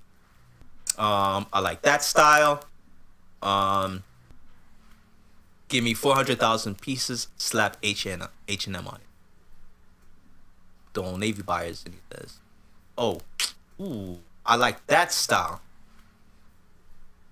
but it looks similar to my friend who works over the Old Navy. So don't give me that quite. Give me something a little bit different, but slap the Old Navy tag on it." Right? They do all of this. They go through all the lower tiers. Then the next day comes. It's the middle tier section. Right? Okay. Same thing happens. They parade all the new stuff. Middle tier section says, hey, I like that. I order a certain amount of pieces like that, slap my label on it. Next, I order this, that, and that, slap my label. Next one, you know, do that, slap my label. I mean, that's it. That tier is gone. High-end tier. Now, it's a very small, it's a much smaller tier, right? Right. And the pieces are even furthermore, they're differentiated even more. So this year's high-end piece may be a crop top, but there's only 5 pieces of this high-end crop top. Mm-hmm. Then it goes to a different style of that 5 pieces of a high crop top. Then a different style of 5 pieces. You know what I mean? Right. Now the high-end stores now say, okay, I'm gonna take this one. That designer, you take this one. That designer, you take that one. Right? They all slap their names on it. They all price it how they see fit. Mm-hmm. Now, but here's the problem. A lot of times, that stuff in the high-end market can really kind of fit in the middle-end market. And sometimes does fit in the middle-end market. Mm-hmm. Right? And you have somebody in the middle-end market slapping their name on it. Because it's no different. Only thing different now is the point is the name, right? So imagine that now and apply it to shoes. But that's the thing. There is no Palessi. There's never been a Palessi. There's never been. That's what I'm saying. All of that you said, yeah, that makes sense. But there's never been a Palessi anywhere. It's not even there's been like an Old Navy set, and now Old Navy is running this. But here's why. Okay. So, but I explained that to you, right? To explain why a Palessi can work. Right, because this is a high-end company and stuff coming out of nowhere. Well, guess what? There's no difference in the quality. Right. Zero. There's no difference in the quality. Matter of fact, when we look at Payless shoes, they're probably, I'm guaranteeing you, they're coming from out of the same manufacturing. Absolutely. The high-end shoes are coming out. Absolutely. So the quality is going to be similar. Absolutely. But that's the thing, because when you said there's only 4 companies and stuff, or 4 factories, 4 major factories and stuff. I mean, there's obviously there's going to be more than that. But we're major factories where people know of. Yeah. Right, but that's what I'm saying. But when there's the 4 major factories and stuff like that, whatever, that supply all these chains. Yeah. Whatever. Where do you think? That's what I'm saying. Like, well, the average consumer doesn't think about that. No, they don't. That's why the average consumer and stuff, when they're brought with like something like, I guess, American Apparel, where the clothes and everything are made and stuff on this side of the world and everything and stuff, they feel a type of way. Yeah. Because they're like, oh my gosh, why is it so expensive and stuff for them? And they make the same clothes and stuff for them, just like Old Navy, H&M, and etc. and stuff for them. Be like, yeah, because you're not paying, because now you're paying for people and stuff who worked on this side of the world. Right. Yeah. That's it. Yeah. When you're paying for the things stuff working on that side of the world and stuff, whatever, expect the style to be in every type of store. Every type of store. And that's what I'm saying. These people who follow these social media influencers and stuff, whatever, I don't feel like they have a mind of their own. If they're not familiar with the product, I get why they watch them to see what the product might look like. Right. But a person shouldn't determine if you're going to spend your money on the product because they're getting gifted these products. Oh, yeah, for sure. But the funny thing, too, is Payless made them pay for these products. Yes. And the social media influencers paid out of their pockets without a bat of their eye. $200 or $18 pump. But and here's the thing. $400 for some shoes, regular flats. And here's the thing. But here's the thing with influencers, right? Mm-hmm. Because they're willing to spend that money. Absolutely. Right. Go back to social media. And wear what they spent the money on, with the expectation that Palessi has already contacted them, knowing that they're influenced. Yeah. So the fact that they buy the shoe, they haven't already been offered a contract or this, that, and the third from Palessi, but they feel it's coming. Right? So they feel it. They already making money. And hoping and waiting. They're already making. They have the money sitting there. Remember, they ain't paying for nothing anyway. Right. So I spent $400 with you. I'm probably looking. I'm gonna spend the $400 with you because I'm expecting maybe close to maybe $4,000 worth of free stuff. Once you see how many likes your shoes got on my page. Yeah. This, that, and the third. Right. So, yo, it's crazy. But I say all the time. I mean, I'll put up a post of these pair of Balenciaga shoes. Mm-hmm. Now, mind you, those shit's ugly as fuck. When Balenciaga first came out, the first pair I seen was these white high cuts. I think they might have been either snake skin or crocodile skin, either the two, but they were white, clean. How much were they? I think they were, I want to say in the area between 600 and a G. You understand? But probably snake. Yeah, very clean looking, and you know I liked it, and I was crazy. The first time I was introduced to the shoe, mm-hmm. And I think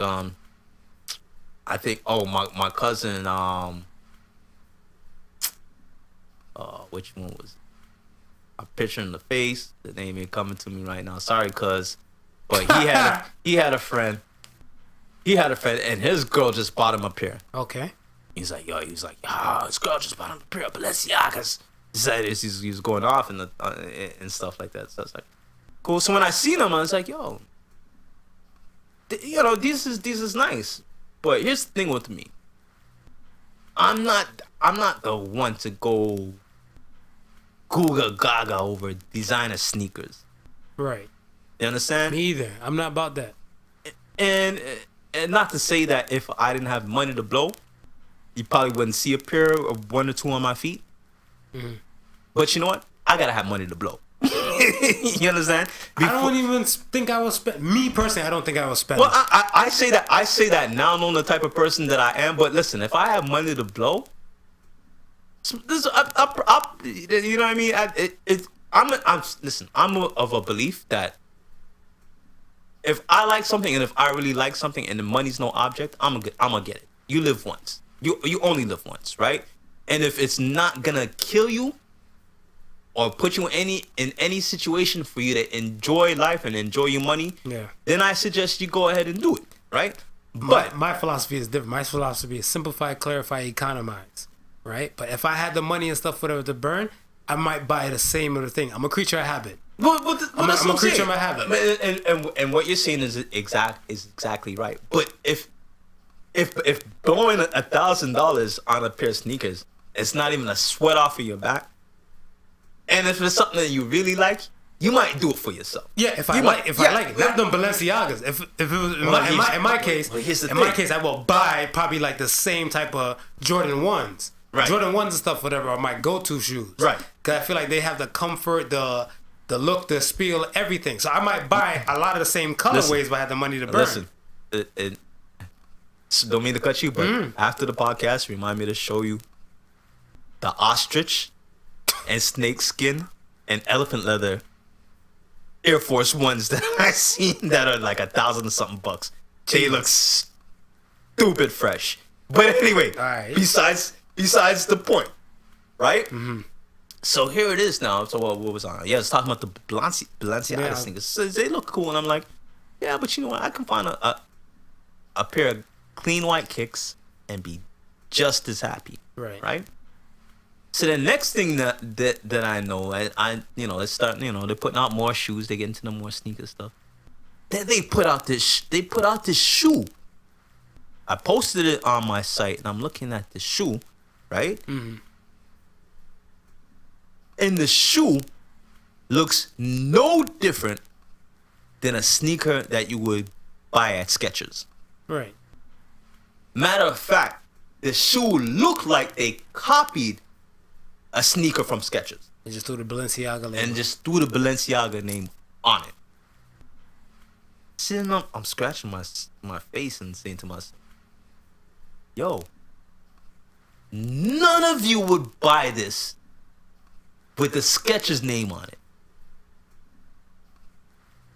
But because it's got Balenciaga on it, all of you are running to go people buy are brainwashed, man. People are brainwashed into brand names. They've been brainwashed into brand names and stuff. And it's more of a, I want to say, a North American type of thing, and now became, I guess, a heavy European type of thing, and eventually be a full worldwide type of thing and stuff, whatever, right? Because I want to say there's things and stuff in North America that seep through other countries nearby North America. Right? And same thing. Countries and stuff, whatever, near the European nation and stuff, whatever. And those regions where I guess it's starting to stretch into like the Asian neck of the woods or even out to the Atlantic Oceans and stuff, whatever. Right. There too. They'll get it scooped and stuff, whatever as well. They're brainwashed. We're brainwashed onto things. And doesn't matter. If you were in a suit and I were in a suit, whatever, and we have to go to a place and stuff where you just need a white shirt and a black tie. That's all they care about. Yeah. Who the fuck cares what the white shirt may be, what company it might be from? The main concern is the suit, white shirt, black tie. That's it. Now, if you choose to spend $100 for your tie and I choose to spend $20 for my tie, it's still the apparel and the look. But it's the brainwashing and stuff from people through the years and stuff, whatever, that's saying that, hey, this brand name, put money in the research, they got the quality, and done deal. Well, what if I bought the tie 5 times and you bought the tie once? So then when my one tie fucks up, I have backup Betty number 2. I have side bitch number 3. So does quality matter and stuff, whatever, if you can do it for a price that's way cheaper? Yeah. Well, here's the thing. When are those ties gonna die on? We'll give them expiration of 2 years. No, fuck that. We'll give it shorter then. So we'll say your $100 tie will expire and stuff, whatever, in like 10 years. $100 tie expires in 10 years. You know, that one little strand that holds the last piece before it starts to unravel? Yeah. My shit taps on 8 months a piece. But I buy 5 of these bitches. Alright. So even in any case and stuff, whatever. And how much you paying for those? 20. $20? 20. Alright. So you spent you bought 5? I bought 5. So I spent $100 for 5. For 5. And you say how long is it? One last 8 months. 8 months. 8 months. And then the $100 tie lasts how long? 10 years. Then you making you saving your change for the $100 tie.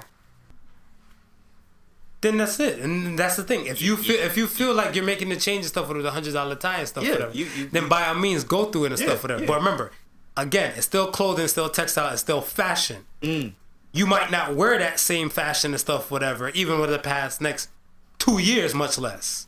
True. It might not make the cut for the next 2 years. So even if you're buying it for the next 10 years, you got that and stuff, whatever. Come fashion wise and stuff, whatever, they might write that shit off as old, vintage. A do not do a fashion faux pas that will always fucks with me, by the way. And everything, and then some.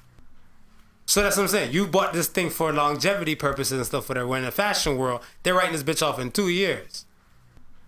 True. But remember, fashion moves in waves. Are you going to be alive when that wave comes back? 10 years from now, your son might be fly as fuck. They like, yo, where you get that shit from? My daddy. He'd be like, they ain't make it like they used to. Yeah, damn right. Nah. I guess so. But shout out to Payless, man. They got them motherfuckers. Listen, but they gave them back their money. That was the sad part. I didn't like. You know, I think it was a great social experiment. Perfect. Because, I mean, we were discussing this earlier. We're growing up, we're trying to convince our moms why they gotta spend more than $120 for a pair of sneakers. Correct. Right? These kids are going out and buying $1,200 sneakers. Off-White. Yeezys. You know what I mean? The Balenciagas. I'm looking at these kids' feet and I'm saying, God damn, you wearing more than I put on for the week. Mm-hmm. So when I look at stuff like that, and I start to say to myself, wow, times have really changed. And then, I jump on IG, and every fifth scroll down, somebody's selling some designer sneakers, either on a website or some web store, Yeah. exclusive to non-exclusive, but it's never anything cheap. Well, no, people got money to burn nowadays. People are willing to do whatever it takes. Yeah. I mean, hey, Lil Kim said it. It's just a cock just to get to the top. So I mean, if they're doing whatever it takes and stuff, whatever, then hey, those are the few that get hustled, and those are the people that hustle the few. Okay. That's a lesson. Yeah, it's a lesson, man. It's an epiphany to most. Epiphany. I love that word, epiphany. Let me ask you, between men and women, who do you think gets an epiphany first? For life purposes. For life purposes. Who gets the epiphany first? Yeah, on average. Some women I heard said that men, they don't get serious and stuff whatever till they pass the age of 30. And I heard some men say women get too serious and stuff when they hit past the age of 25. Okay. Is that a life change, or is that an epiphany moment for them to say? Well, all right. Well, let's break down epiphany first, because that to me is going to determine my answer. Okay. Right. So when someone gets an epiphany, it's an enlightened moment and a eureka moment, like this, that, and the third. Wow, like I get it now. I understand it now. Right. Right. In explaining it like that, I'm gonna have to say men. There you go. This is why I say men. Majority of women don't really kind of reach that epiphany stage like that. Because a lot of them are mature in their thinking from early out. So they have an idea, or they already put together a roadmap on where they want their life to be, where they want to go, where they want their life to be, how they want certain things to set up from early. Right. And they work towards that. Right? And if they do get a moment of enlightenment, I would say it's more along on the goals or whatever it is that they're already working on. Maybe it's to improve a certain way they're doing certain, or maybe there's a faster way to achieve certain goals. So what about men now? Men rarely have roadmaps. We wing everything. A lot of men have an idea of where they want to be, and then they might put together steps to get there. Right. Right. But then I think the percentage of following those steps fall alongside more of a woman type of thing. Where men will follow steps to a certain point. Yeah. And see a way where they can wing things. And shit, let me wing things. And let that wing thing moment take over. Try and wing it for a bit. That wing thing might not happen. And shit, let me go back to that plan. They go back to that plan for a little bit. And something else that comes along is, shoot, let me win. Because we like to take those chances. We like to take those risks. As a little boy, I seen that happen and stuff. Right? Whatever. Yeah. And then we figure out, okay, no, it's not working. And and then we see something, and then bam! Oh snap! That's what I should have been doing from back here. That's what my plan should have been from back here.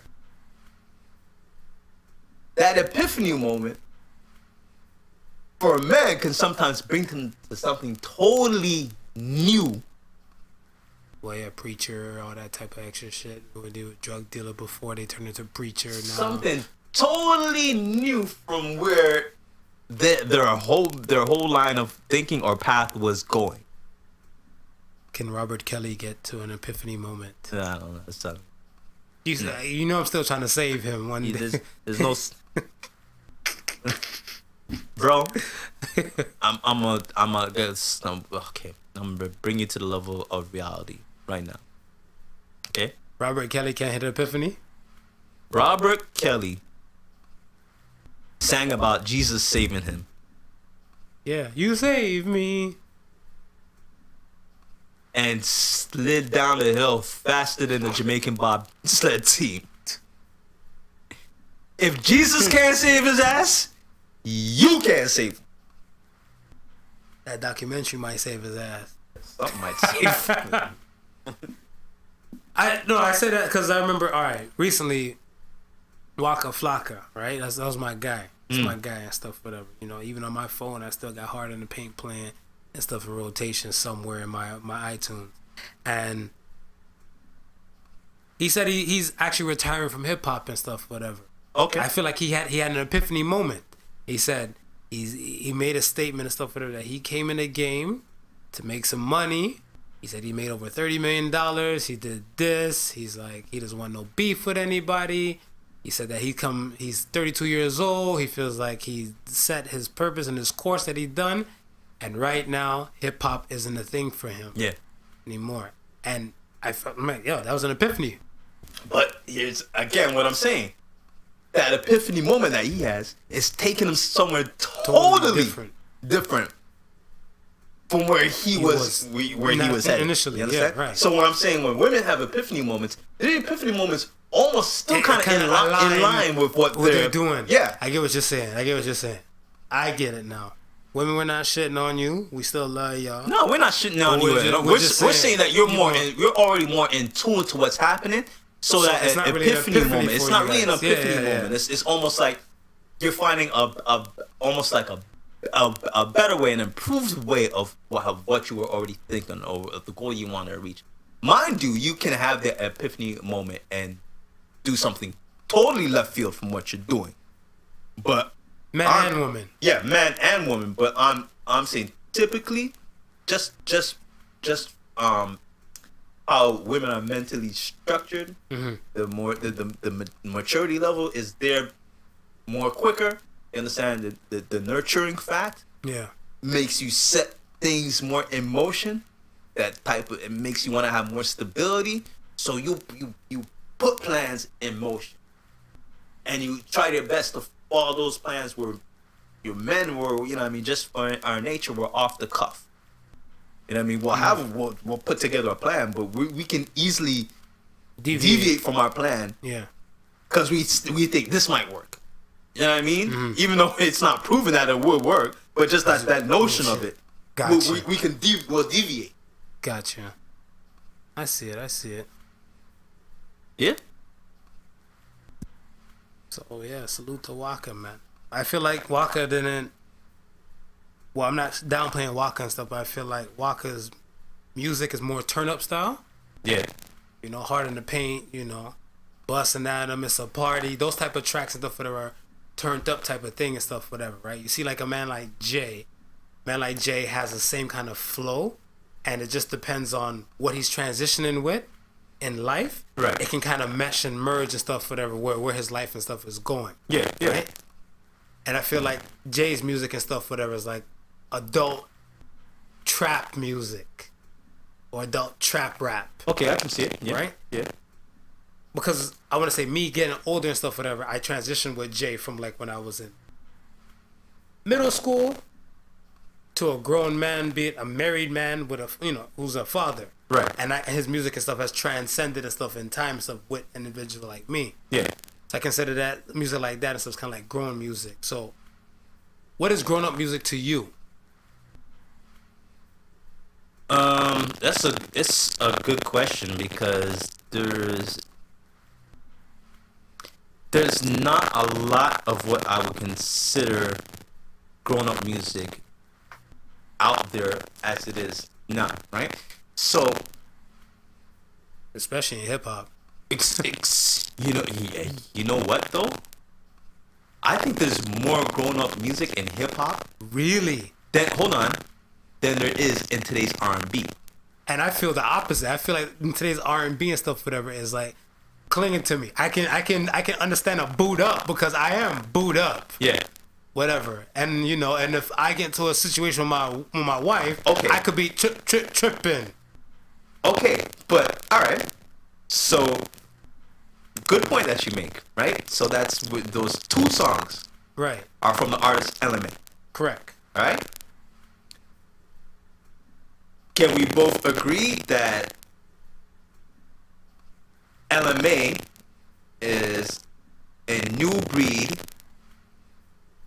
of R&B singer that's, I would say, maybe similar but dissimilar than the R&B singers that are out there? What the fuck you mean Right by now. that? Dissimilar. Okay, for instance, you picked Boot Up, right? Right. Okay. The last, I'm trying to think of another R&B singer who had a big hit. Name another R&B singer who had a recent big hit recently. A rookie, like a newcomer. Yeah. One of the newcomers. Was it Khalid? Khalid. Khalid. Okay. That Send Location. See, I feel like the Location song when he came 2 years ago, right? Right. Yeah, I believe ending in 2016 or probably beginning of 2017. The Send Location track, whatever, is like, Yeah. it'd be like, hey, I'm sending location, come find me. Okay. And But with that track, right? okay, How do you look at that track? Is that adult contemporary? no, Or is it? but Because it can fall either way, right? You don't have to be an adult to understand that, right? true fact. Okay. Let's jump to his songs previous to that. That's his busting his breakthrough. No, is what the Location. The location Location was his breakthrough. wasn't thing is just as big. Yum Dumb. Young Dumb and not really. That was on the same album, but that was like another single he threw out there. Okay. Because Who's Young Dumb directed towards to? his group, his age frame. He was young. Young Dumb high school kids. Yeah, his Right, American okay. Teen. That's what the album's called. Okay, can you listening to that song? Can you identify with that song? Maybe because I was Young Dumb once. Yeah, but now, no, you can't no. identify with that Right. song. Okay, Black's a nice R&B artist. I like Black, Yeah, I like Black too. but a lot of the stuff that he's talking about, I can't relate to. Now, right. Now. Right. You understand? Right, but that's what I'm saying. These are rookies that just came out. But I feel like I want to say if the content and stuff, whatever. See, that's grown up music to me. I feel like if the content can be timeless, Yeah. then we're good. So, like for example, Okay. me, I'm a man and stuff, whatever. Right? Okay. I'm a man and stuff right now at age 33, right? When Teddy Pendergrass came out with "Turn Off the Lights," back then I'm like, didn't mean anything and stuff, whatever to me. But the Right. content was still timeless. Right. And then I'll wash your body. You can wash mine too, rub me down with some hot oil. It's an intimate moment between man and woman. Right. That is timeless. That's always going to be intimate moments with man and woman. Right, So right. that's what I'm saying. A song like that's grown-up music and stuff for them because even when it came out, even if it didn't hit the grown-ups then, it's still going to hit the people and stuff, whatever, past, present, and future. Right. That's what I consider grown up music. Okay, so when I talk about today's R&B music, Right. when the R&B music that's made today is not geared towards adults. It's not. It's not. Really. No, I don't think so. Do you think so? Boot up. I mean, we're not boot up. If I'm married. No, but look at Okay. it. Look at it from the standpoint, dude. You can be 16 and be booed up. True. Fact. You understand? Yeah, because that's their word. Yeah. So it's not the fact that it's they're singing music and the music can be timeless, but the music that it's singing, I don't think it's geared towards Grown up. grown ups. So you're saying music has to be geared towards grown up. Will classify grown up music to you. To me. Okay. You understand? Right. Because this good. Okay. For instance. So okay, give me an example. For instance, listening to Buddha, Okay. right?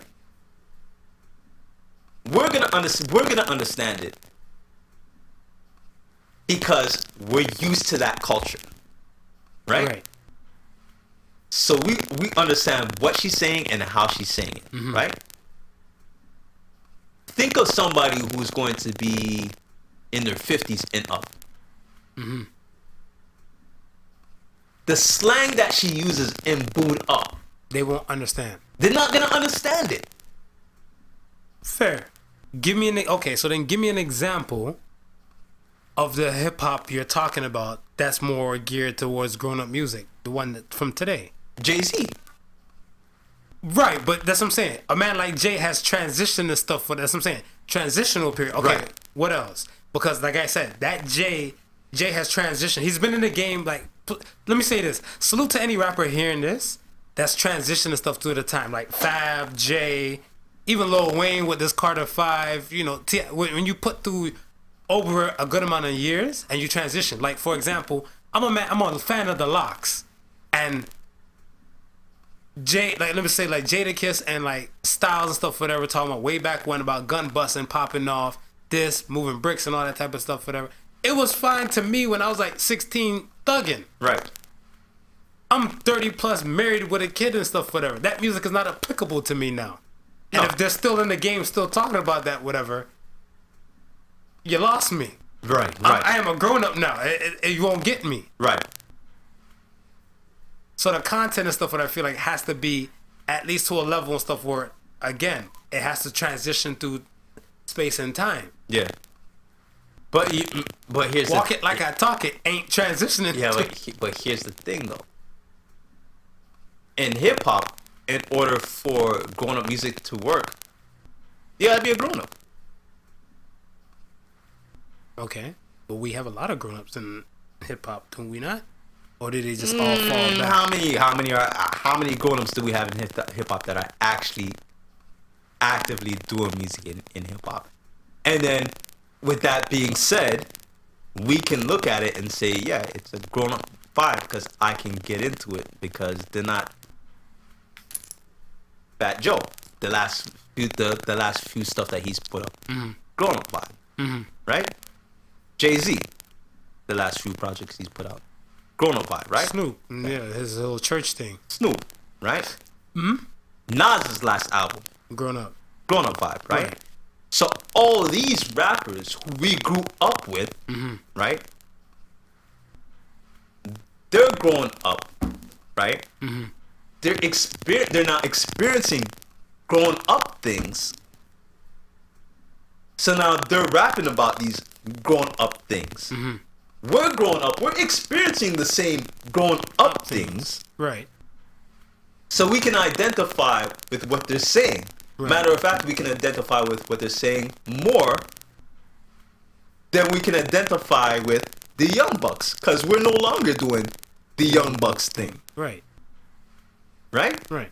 So then, you know, with that being said, okay, how many are really doing growing up music? And how can we appreciate it? I'm saying now, hell yeah. Because I'm thinking now, really, I can listen to music not just for the music side of it. Okay. but I can listen to music for maybe some little edification value. Because here it is a specific song that's speaking towards how I'm thinking. You know what I mean? Dudes are talking about investing in stocks and in bonds and crap like that. Well, hell, I'm at the stage in my life where You should invest. I'm investing in stocks and bonds. Yeah. You know what I mean? People are talking about going trips to this, that, and a third. Well, hell, I couldn't take those trips when I was in my teens. Yeah. But I'm an adult now, You can making little ends for me to travel. I can take a trip to wherever you said you've been and experience that same experience that you've been putting in all these songs. Correct. You understand? So they grow up, we grow up with them, and then, you know what I mean? I think it's a greater appreciation for it, because here it is, we can still get to enjoy hip hop. Yeah. Because it's hard to enjoy something when you can no longer identify with Eminem. Eminem. That's the reason why and stuff whatever. I'm like, I wasn't too sure about this Eminem album because the Eminem and stuff whatever, it seemed like the same classic angry ass Eminem. Yeah. And that's my thing and stuff whatever. I'm like, bro, you had all these dollars and all that time and stuff whatever. You couldn't find a time to be happy. Same thing, Mary J. Blige. Mary J. Blige's music and stuff whatever was, I want to say, catering towards not being happy. You know, I want to say she had a few songs like "You Are My Everything" and stuff for that, but you know, her for most of her music and stuff for there is when like, you know, deep inside, you know, I'm just Mary. It's about the bad, Right. It's about the bad and stuff for them. But like, when is a person and stuff, or the listener or the consumer say like, I'm not always gonna be depressed. You know, when you're gonna give me some happy shit. When are you gonna transition past from that sad shit, whatever, to some good shit? And that's what I'm saying. Like, content.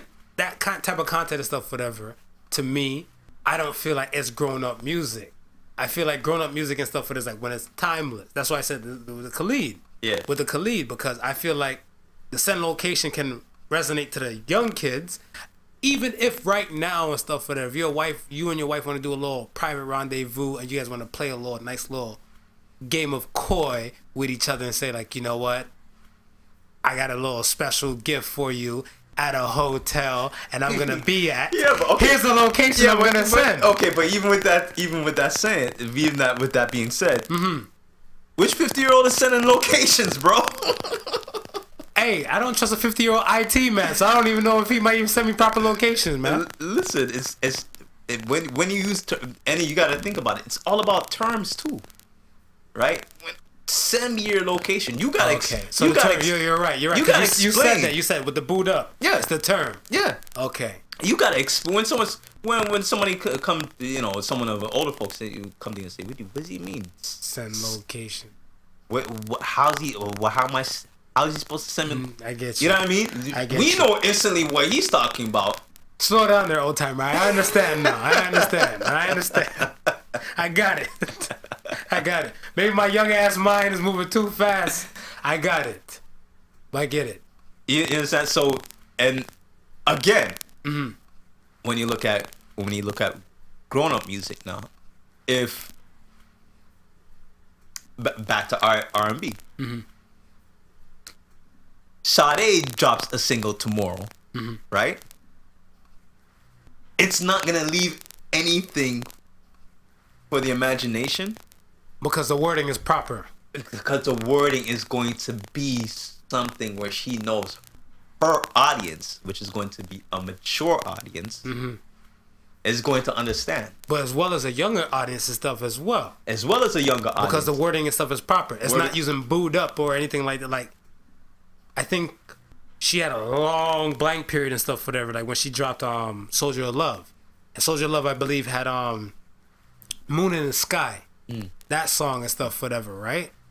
And like, you know, like, we could have had it all. We could have been like the moon in the sky, right? A young person can understand that, as well as a mature Sade fan can understand that. But you're saying the stuff, whatever.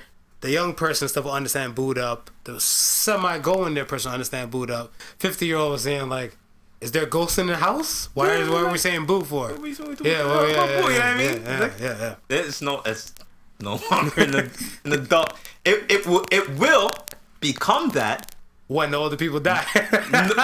or when those who are LMA's age become the 45, become the 50. Yeah. You understand? Then, at that point, that's grown-up music. Well, it might not be because, but think about it. Those kids and stuff might have a different type of terminology and stuff even then. So when you have to explain the boo, but listen, what I'm saying though, the kids at that point will have different terminology. Yeah, that's what I'm saying. But those who grew up with LMA will help. They'll know what booed up is as a 50-year-old. Right. So boo as a 45-year-old, they'll know. Boo will still be their terms of endearment. But that's what I'm saying. So the 20-year-old LMA fans and stuff, but until like if you transition to like 30 years later, who are around 50, they're still the ones holding on to the understanding of the booed up. But the young ones coming up won't have that understanding. No, they're gonna use another term. Exactly. That the person who's used to booed up is not gonna understand. Right. So then, that's where it's not gonna hold dear and stuff for there. So it's gonna be a constant up and down dance, up and down dance. Yeah, a constant up and down dance. I mean, it's like we're able to bridge the gap because we're fans of music, right? We love interacting with youth. You understand? So we're there. You understand? Right. We're on that wavelength of what's going on, and so forth. Right? When I talk to my sister, there's a bit of explaining that I have to do. Right. Even though she has kids, she doesn't have that same type of interaction that I have with you. You understand? So just when she's talking to me, there's certain situations where I might have to explain something a little bit better, and I might not know it enough, and I might ask the younger people to explain it to me, so I can explain it to the older people. You know what I mean? Fair. So, like I said, man, I think with and again, going back to me thinking that there's more grown-up rhymes and more grown-up things in hip-hop in regards to the R&B. It's exactly the same point that I just pointed out. Think of who we have as far as rappers who we grew up with, who are doing it now, right? Right. Think about the same time period, right? Of R&B artists who we grew up with. How many of them are doing it now? Robert Kelly. Listen. Fuck you with your nasty ass Robert Kelly.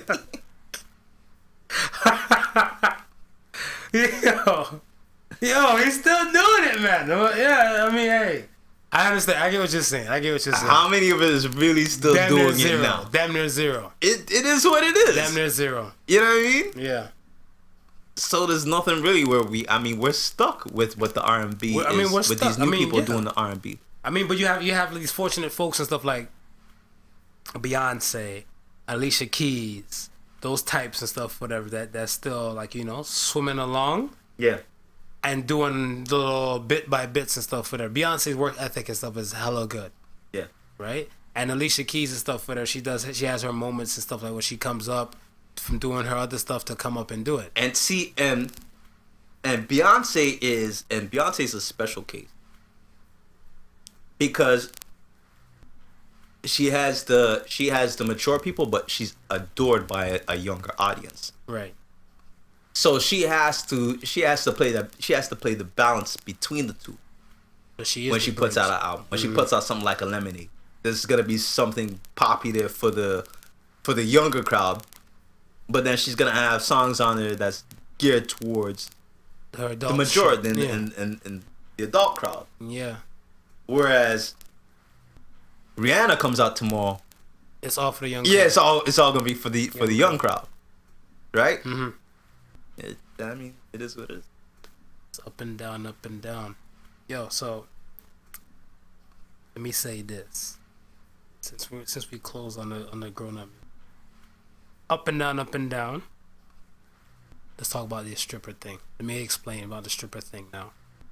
I was with my peoples, listening to some music. Yeah. Sometimes some great conversations start from the music world. While we're in the conversation and stuff about music and everything, there was a line from a Gucci Man song. Rick Ross said it. He said, "Yeah, that hoe's a stripper and there's so much she can offer me." And I asked the people I was with, "Would you date a stripper?" And they had a negative reaction to it.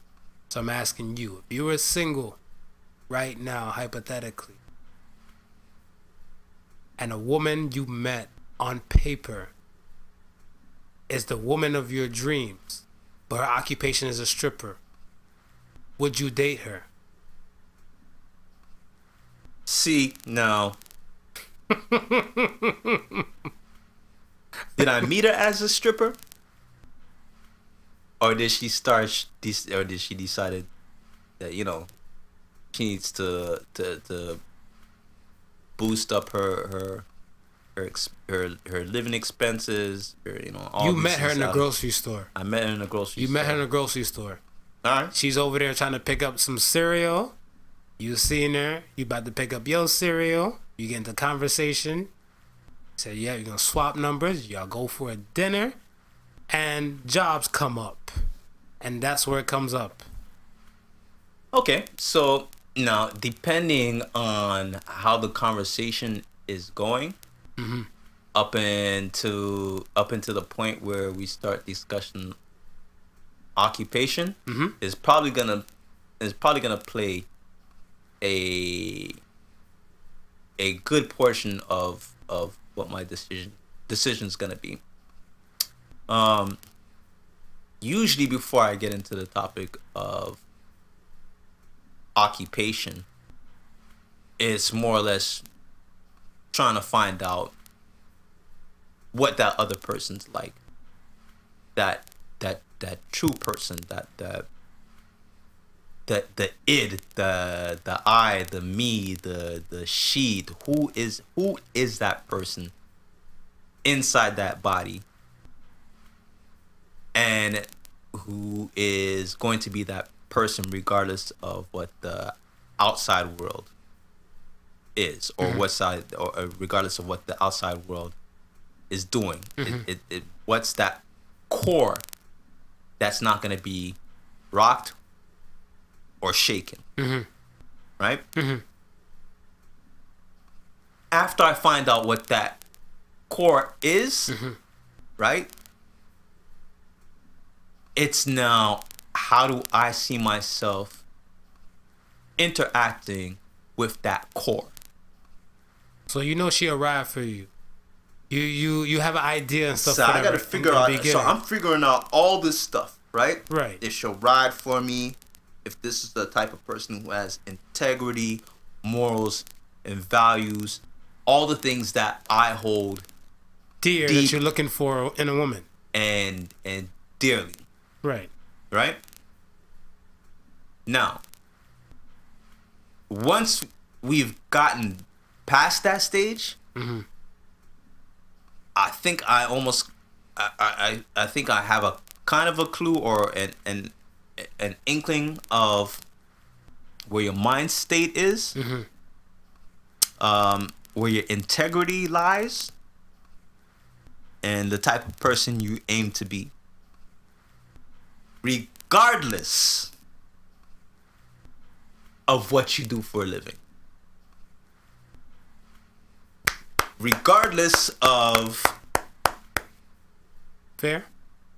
regardless of your current situation.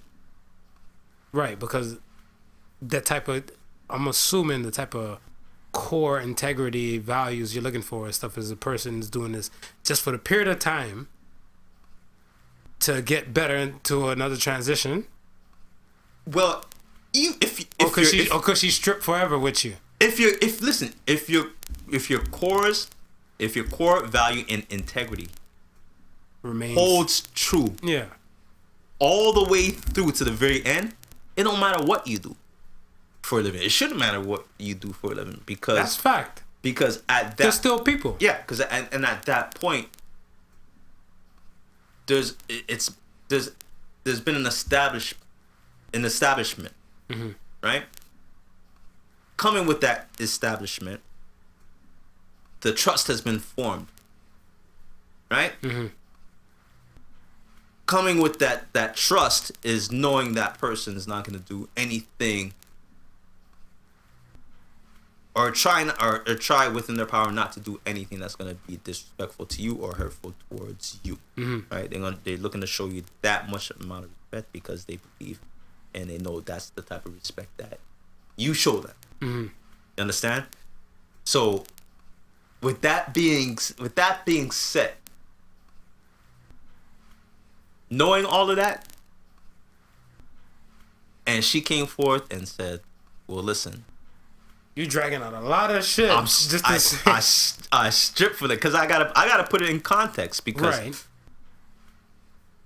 if I don't know all of that stuff ahead of time,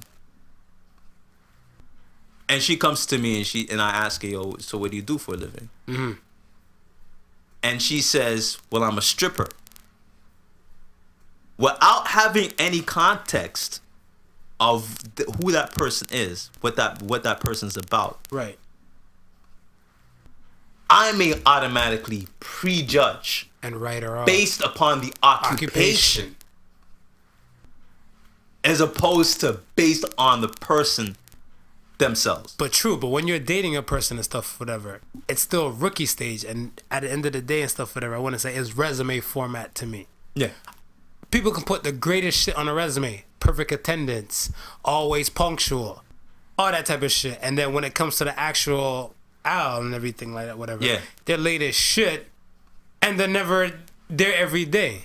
So that's what I'm saying. And that's in the beginning of even a date thing and stuff, whatever. So how do you know if they put the paperwork and stuff into it? Here's the thing. You have to be wise to these things. Mm-hmm. You gotta know anytime that you're in a situation where first impressions matter. Fact.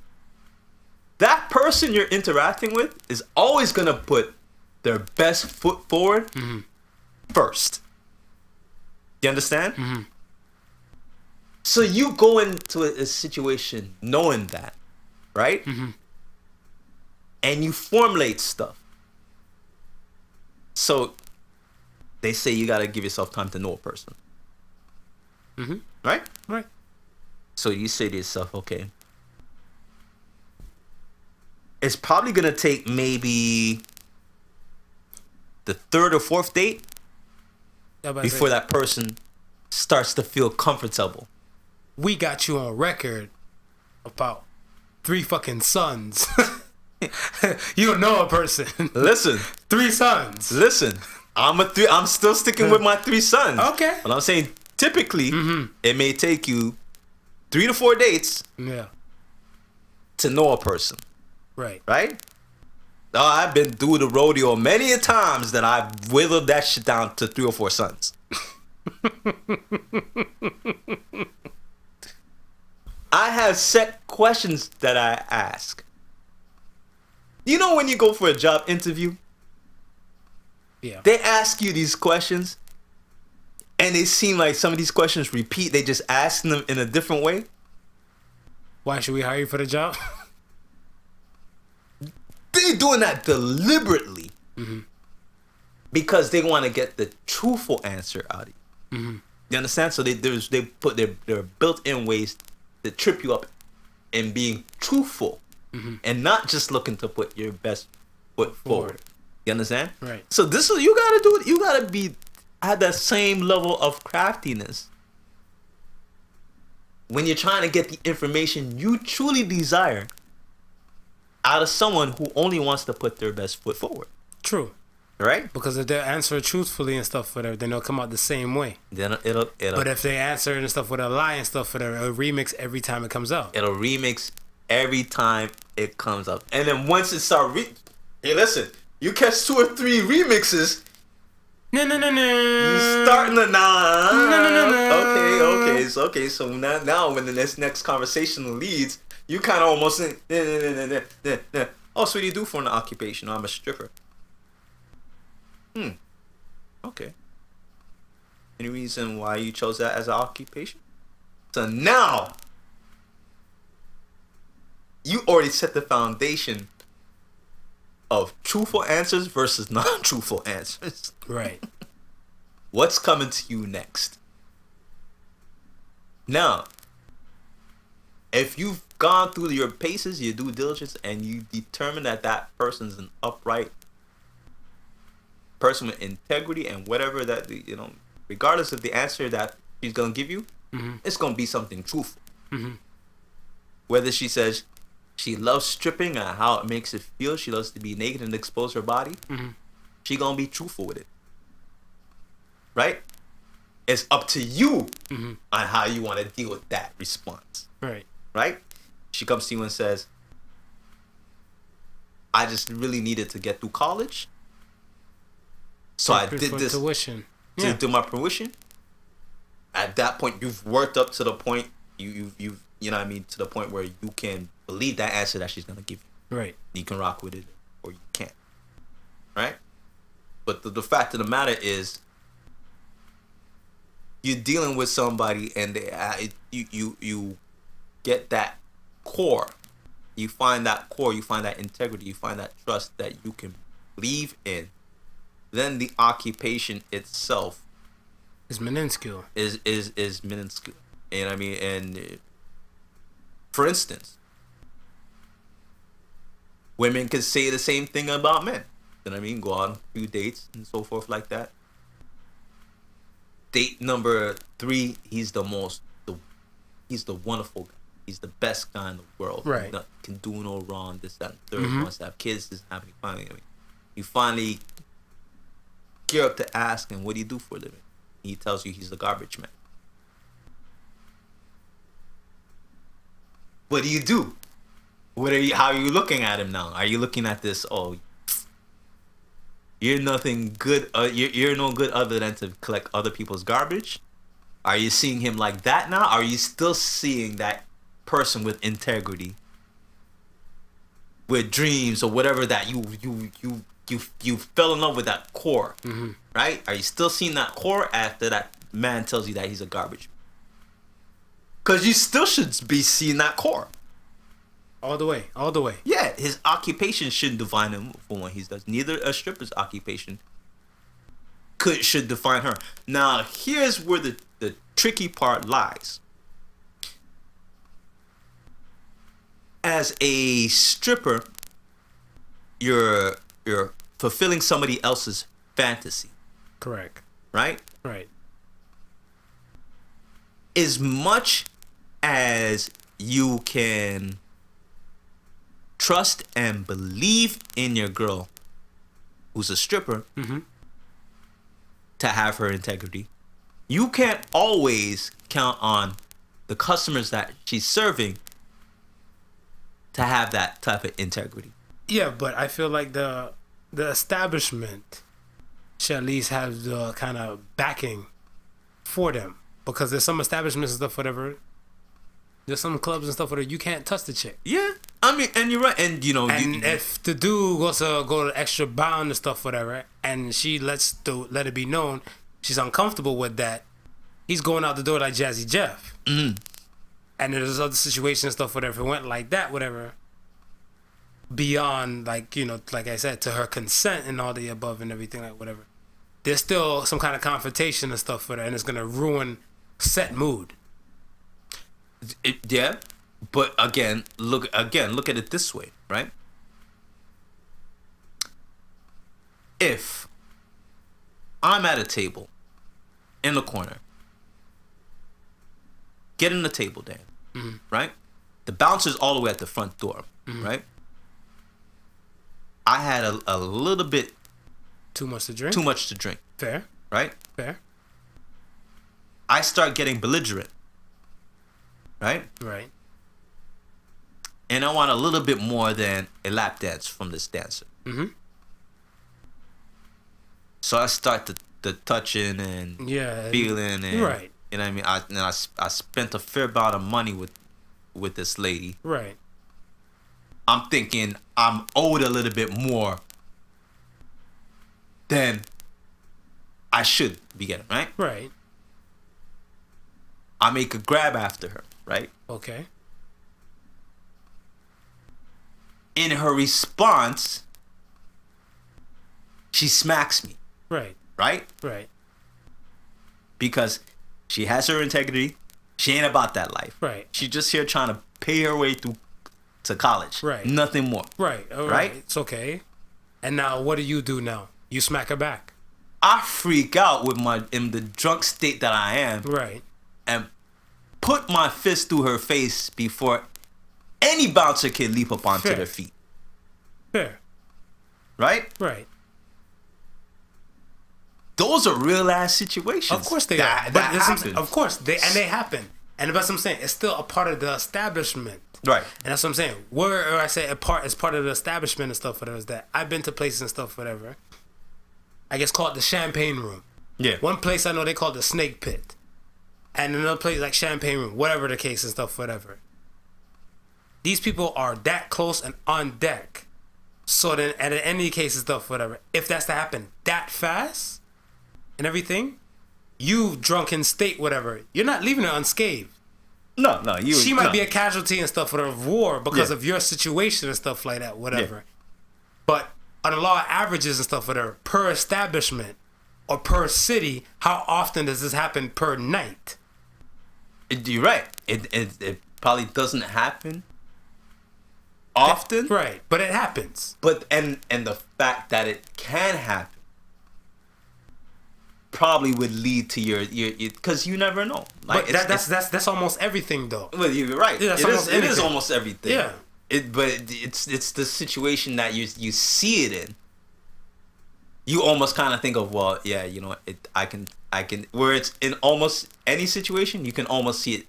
Your mind will make you see it happening in this situation more because of you're what saying it a is. 9-to-5 job. If the chick was to get touched and the guy like that, she slapped him, and then the guy put his fist to her face, stuff whatever. You wouldn't really see that at the 9-to-5. You would see that happening if there would be less of a chance of that happening at a 9-to-5 than that happening at a strip club.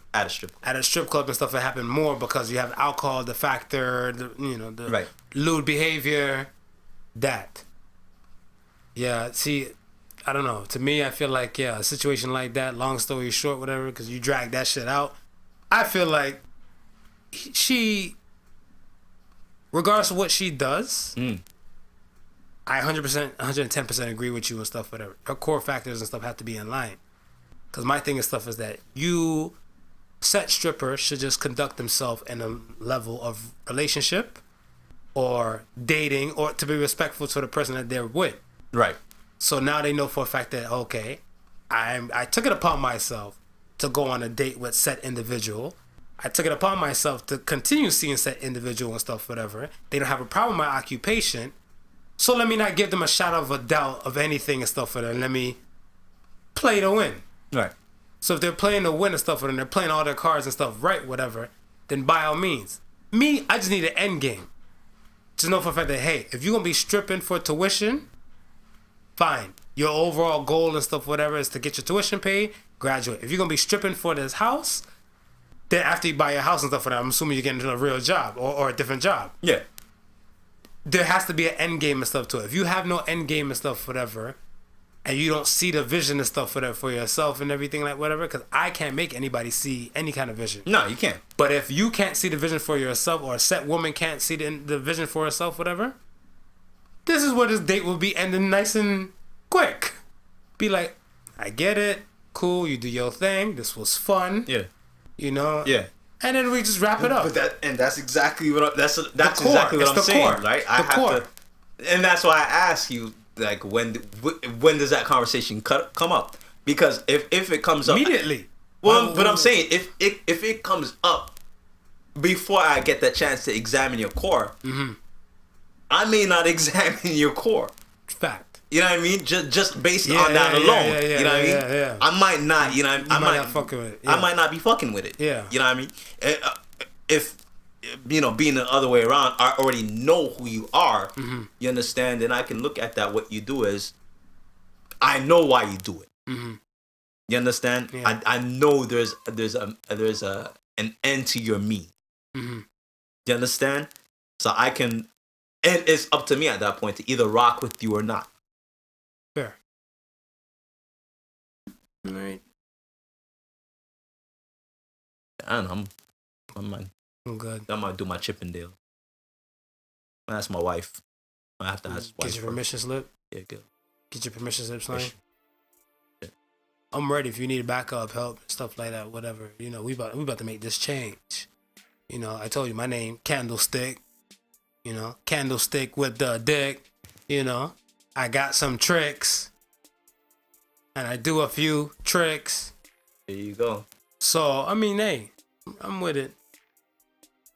Thank you for listening to the Podical Sons. Remember, the difference between stupidity and genius is that genius has its limits. Peace. Peace. The Podical Sons.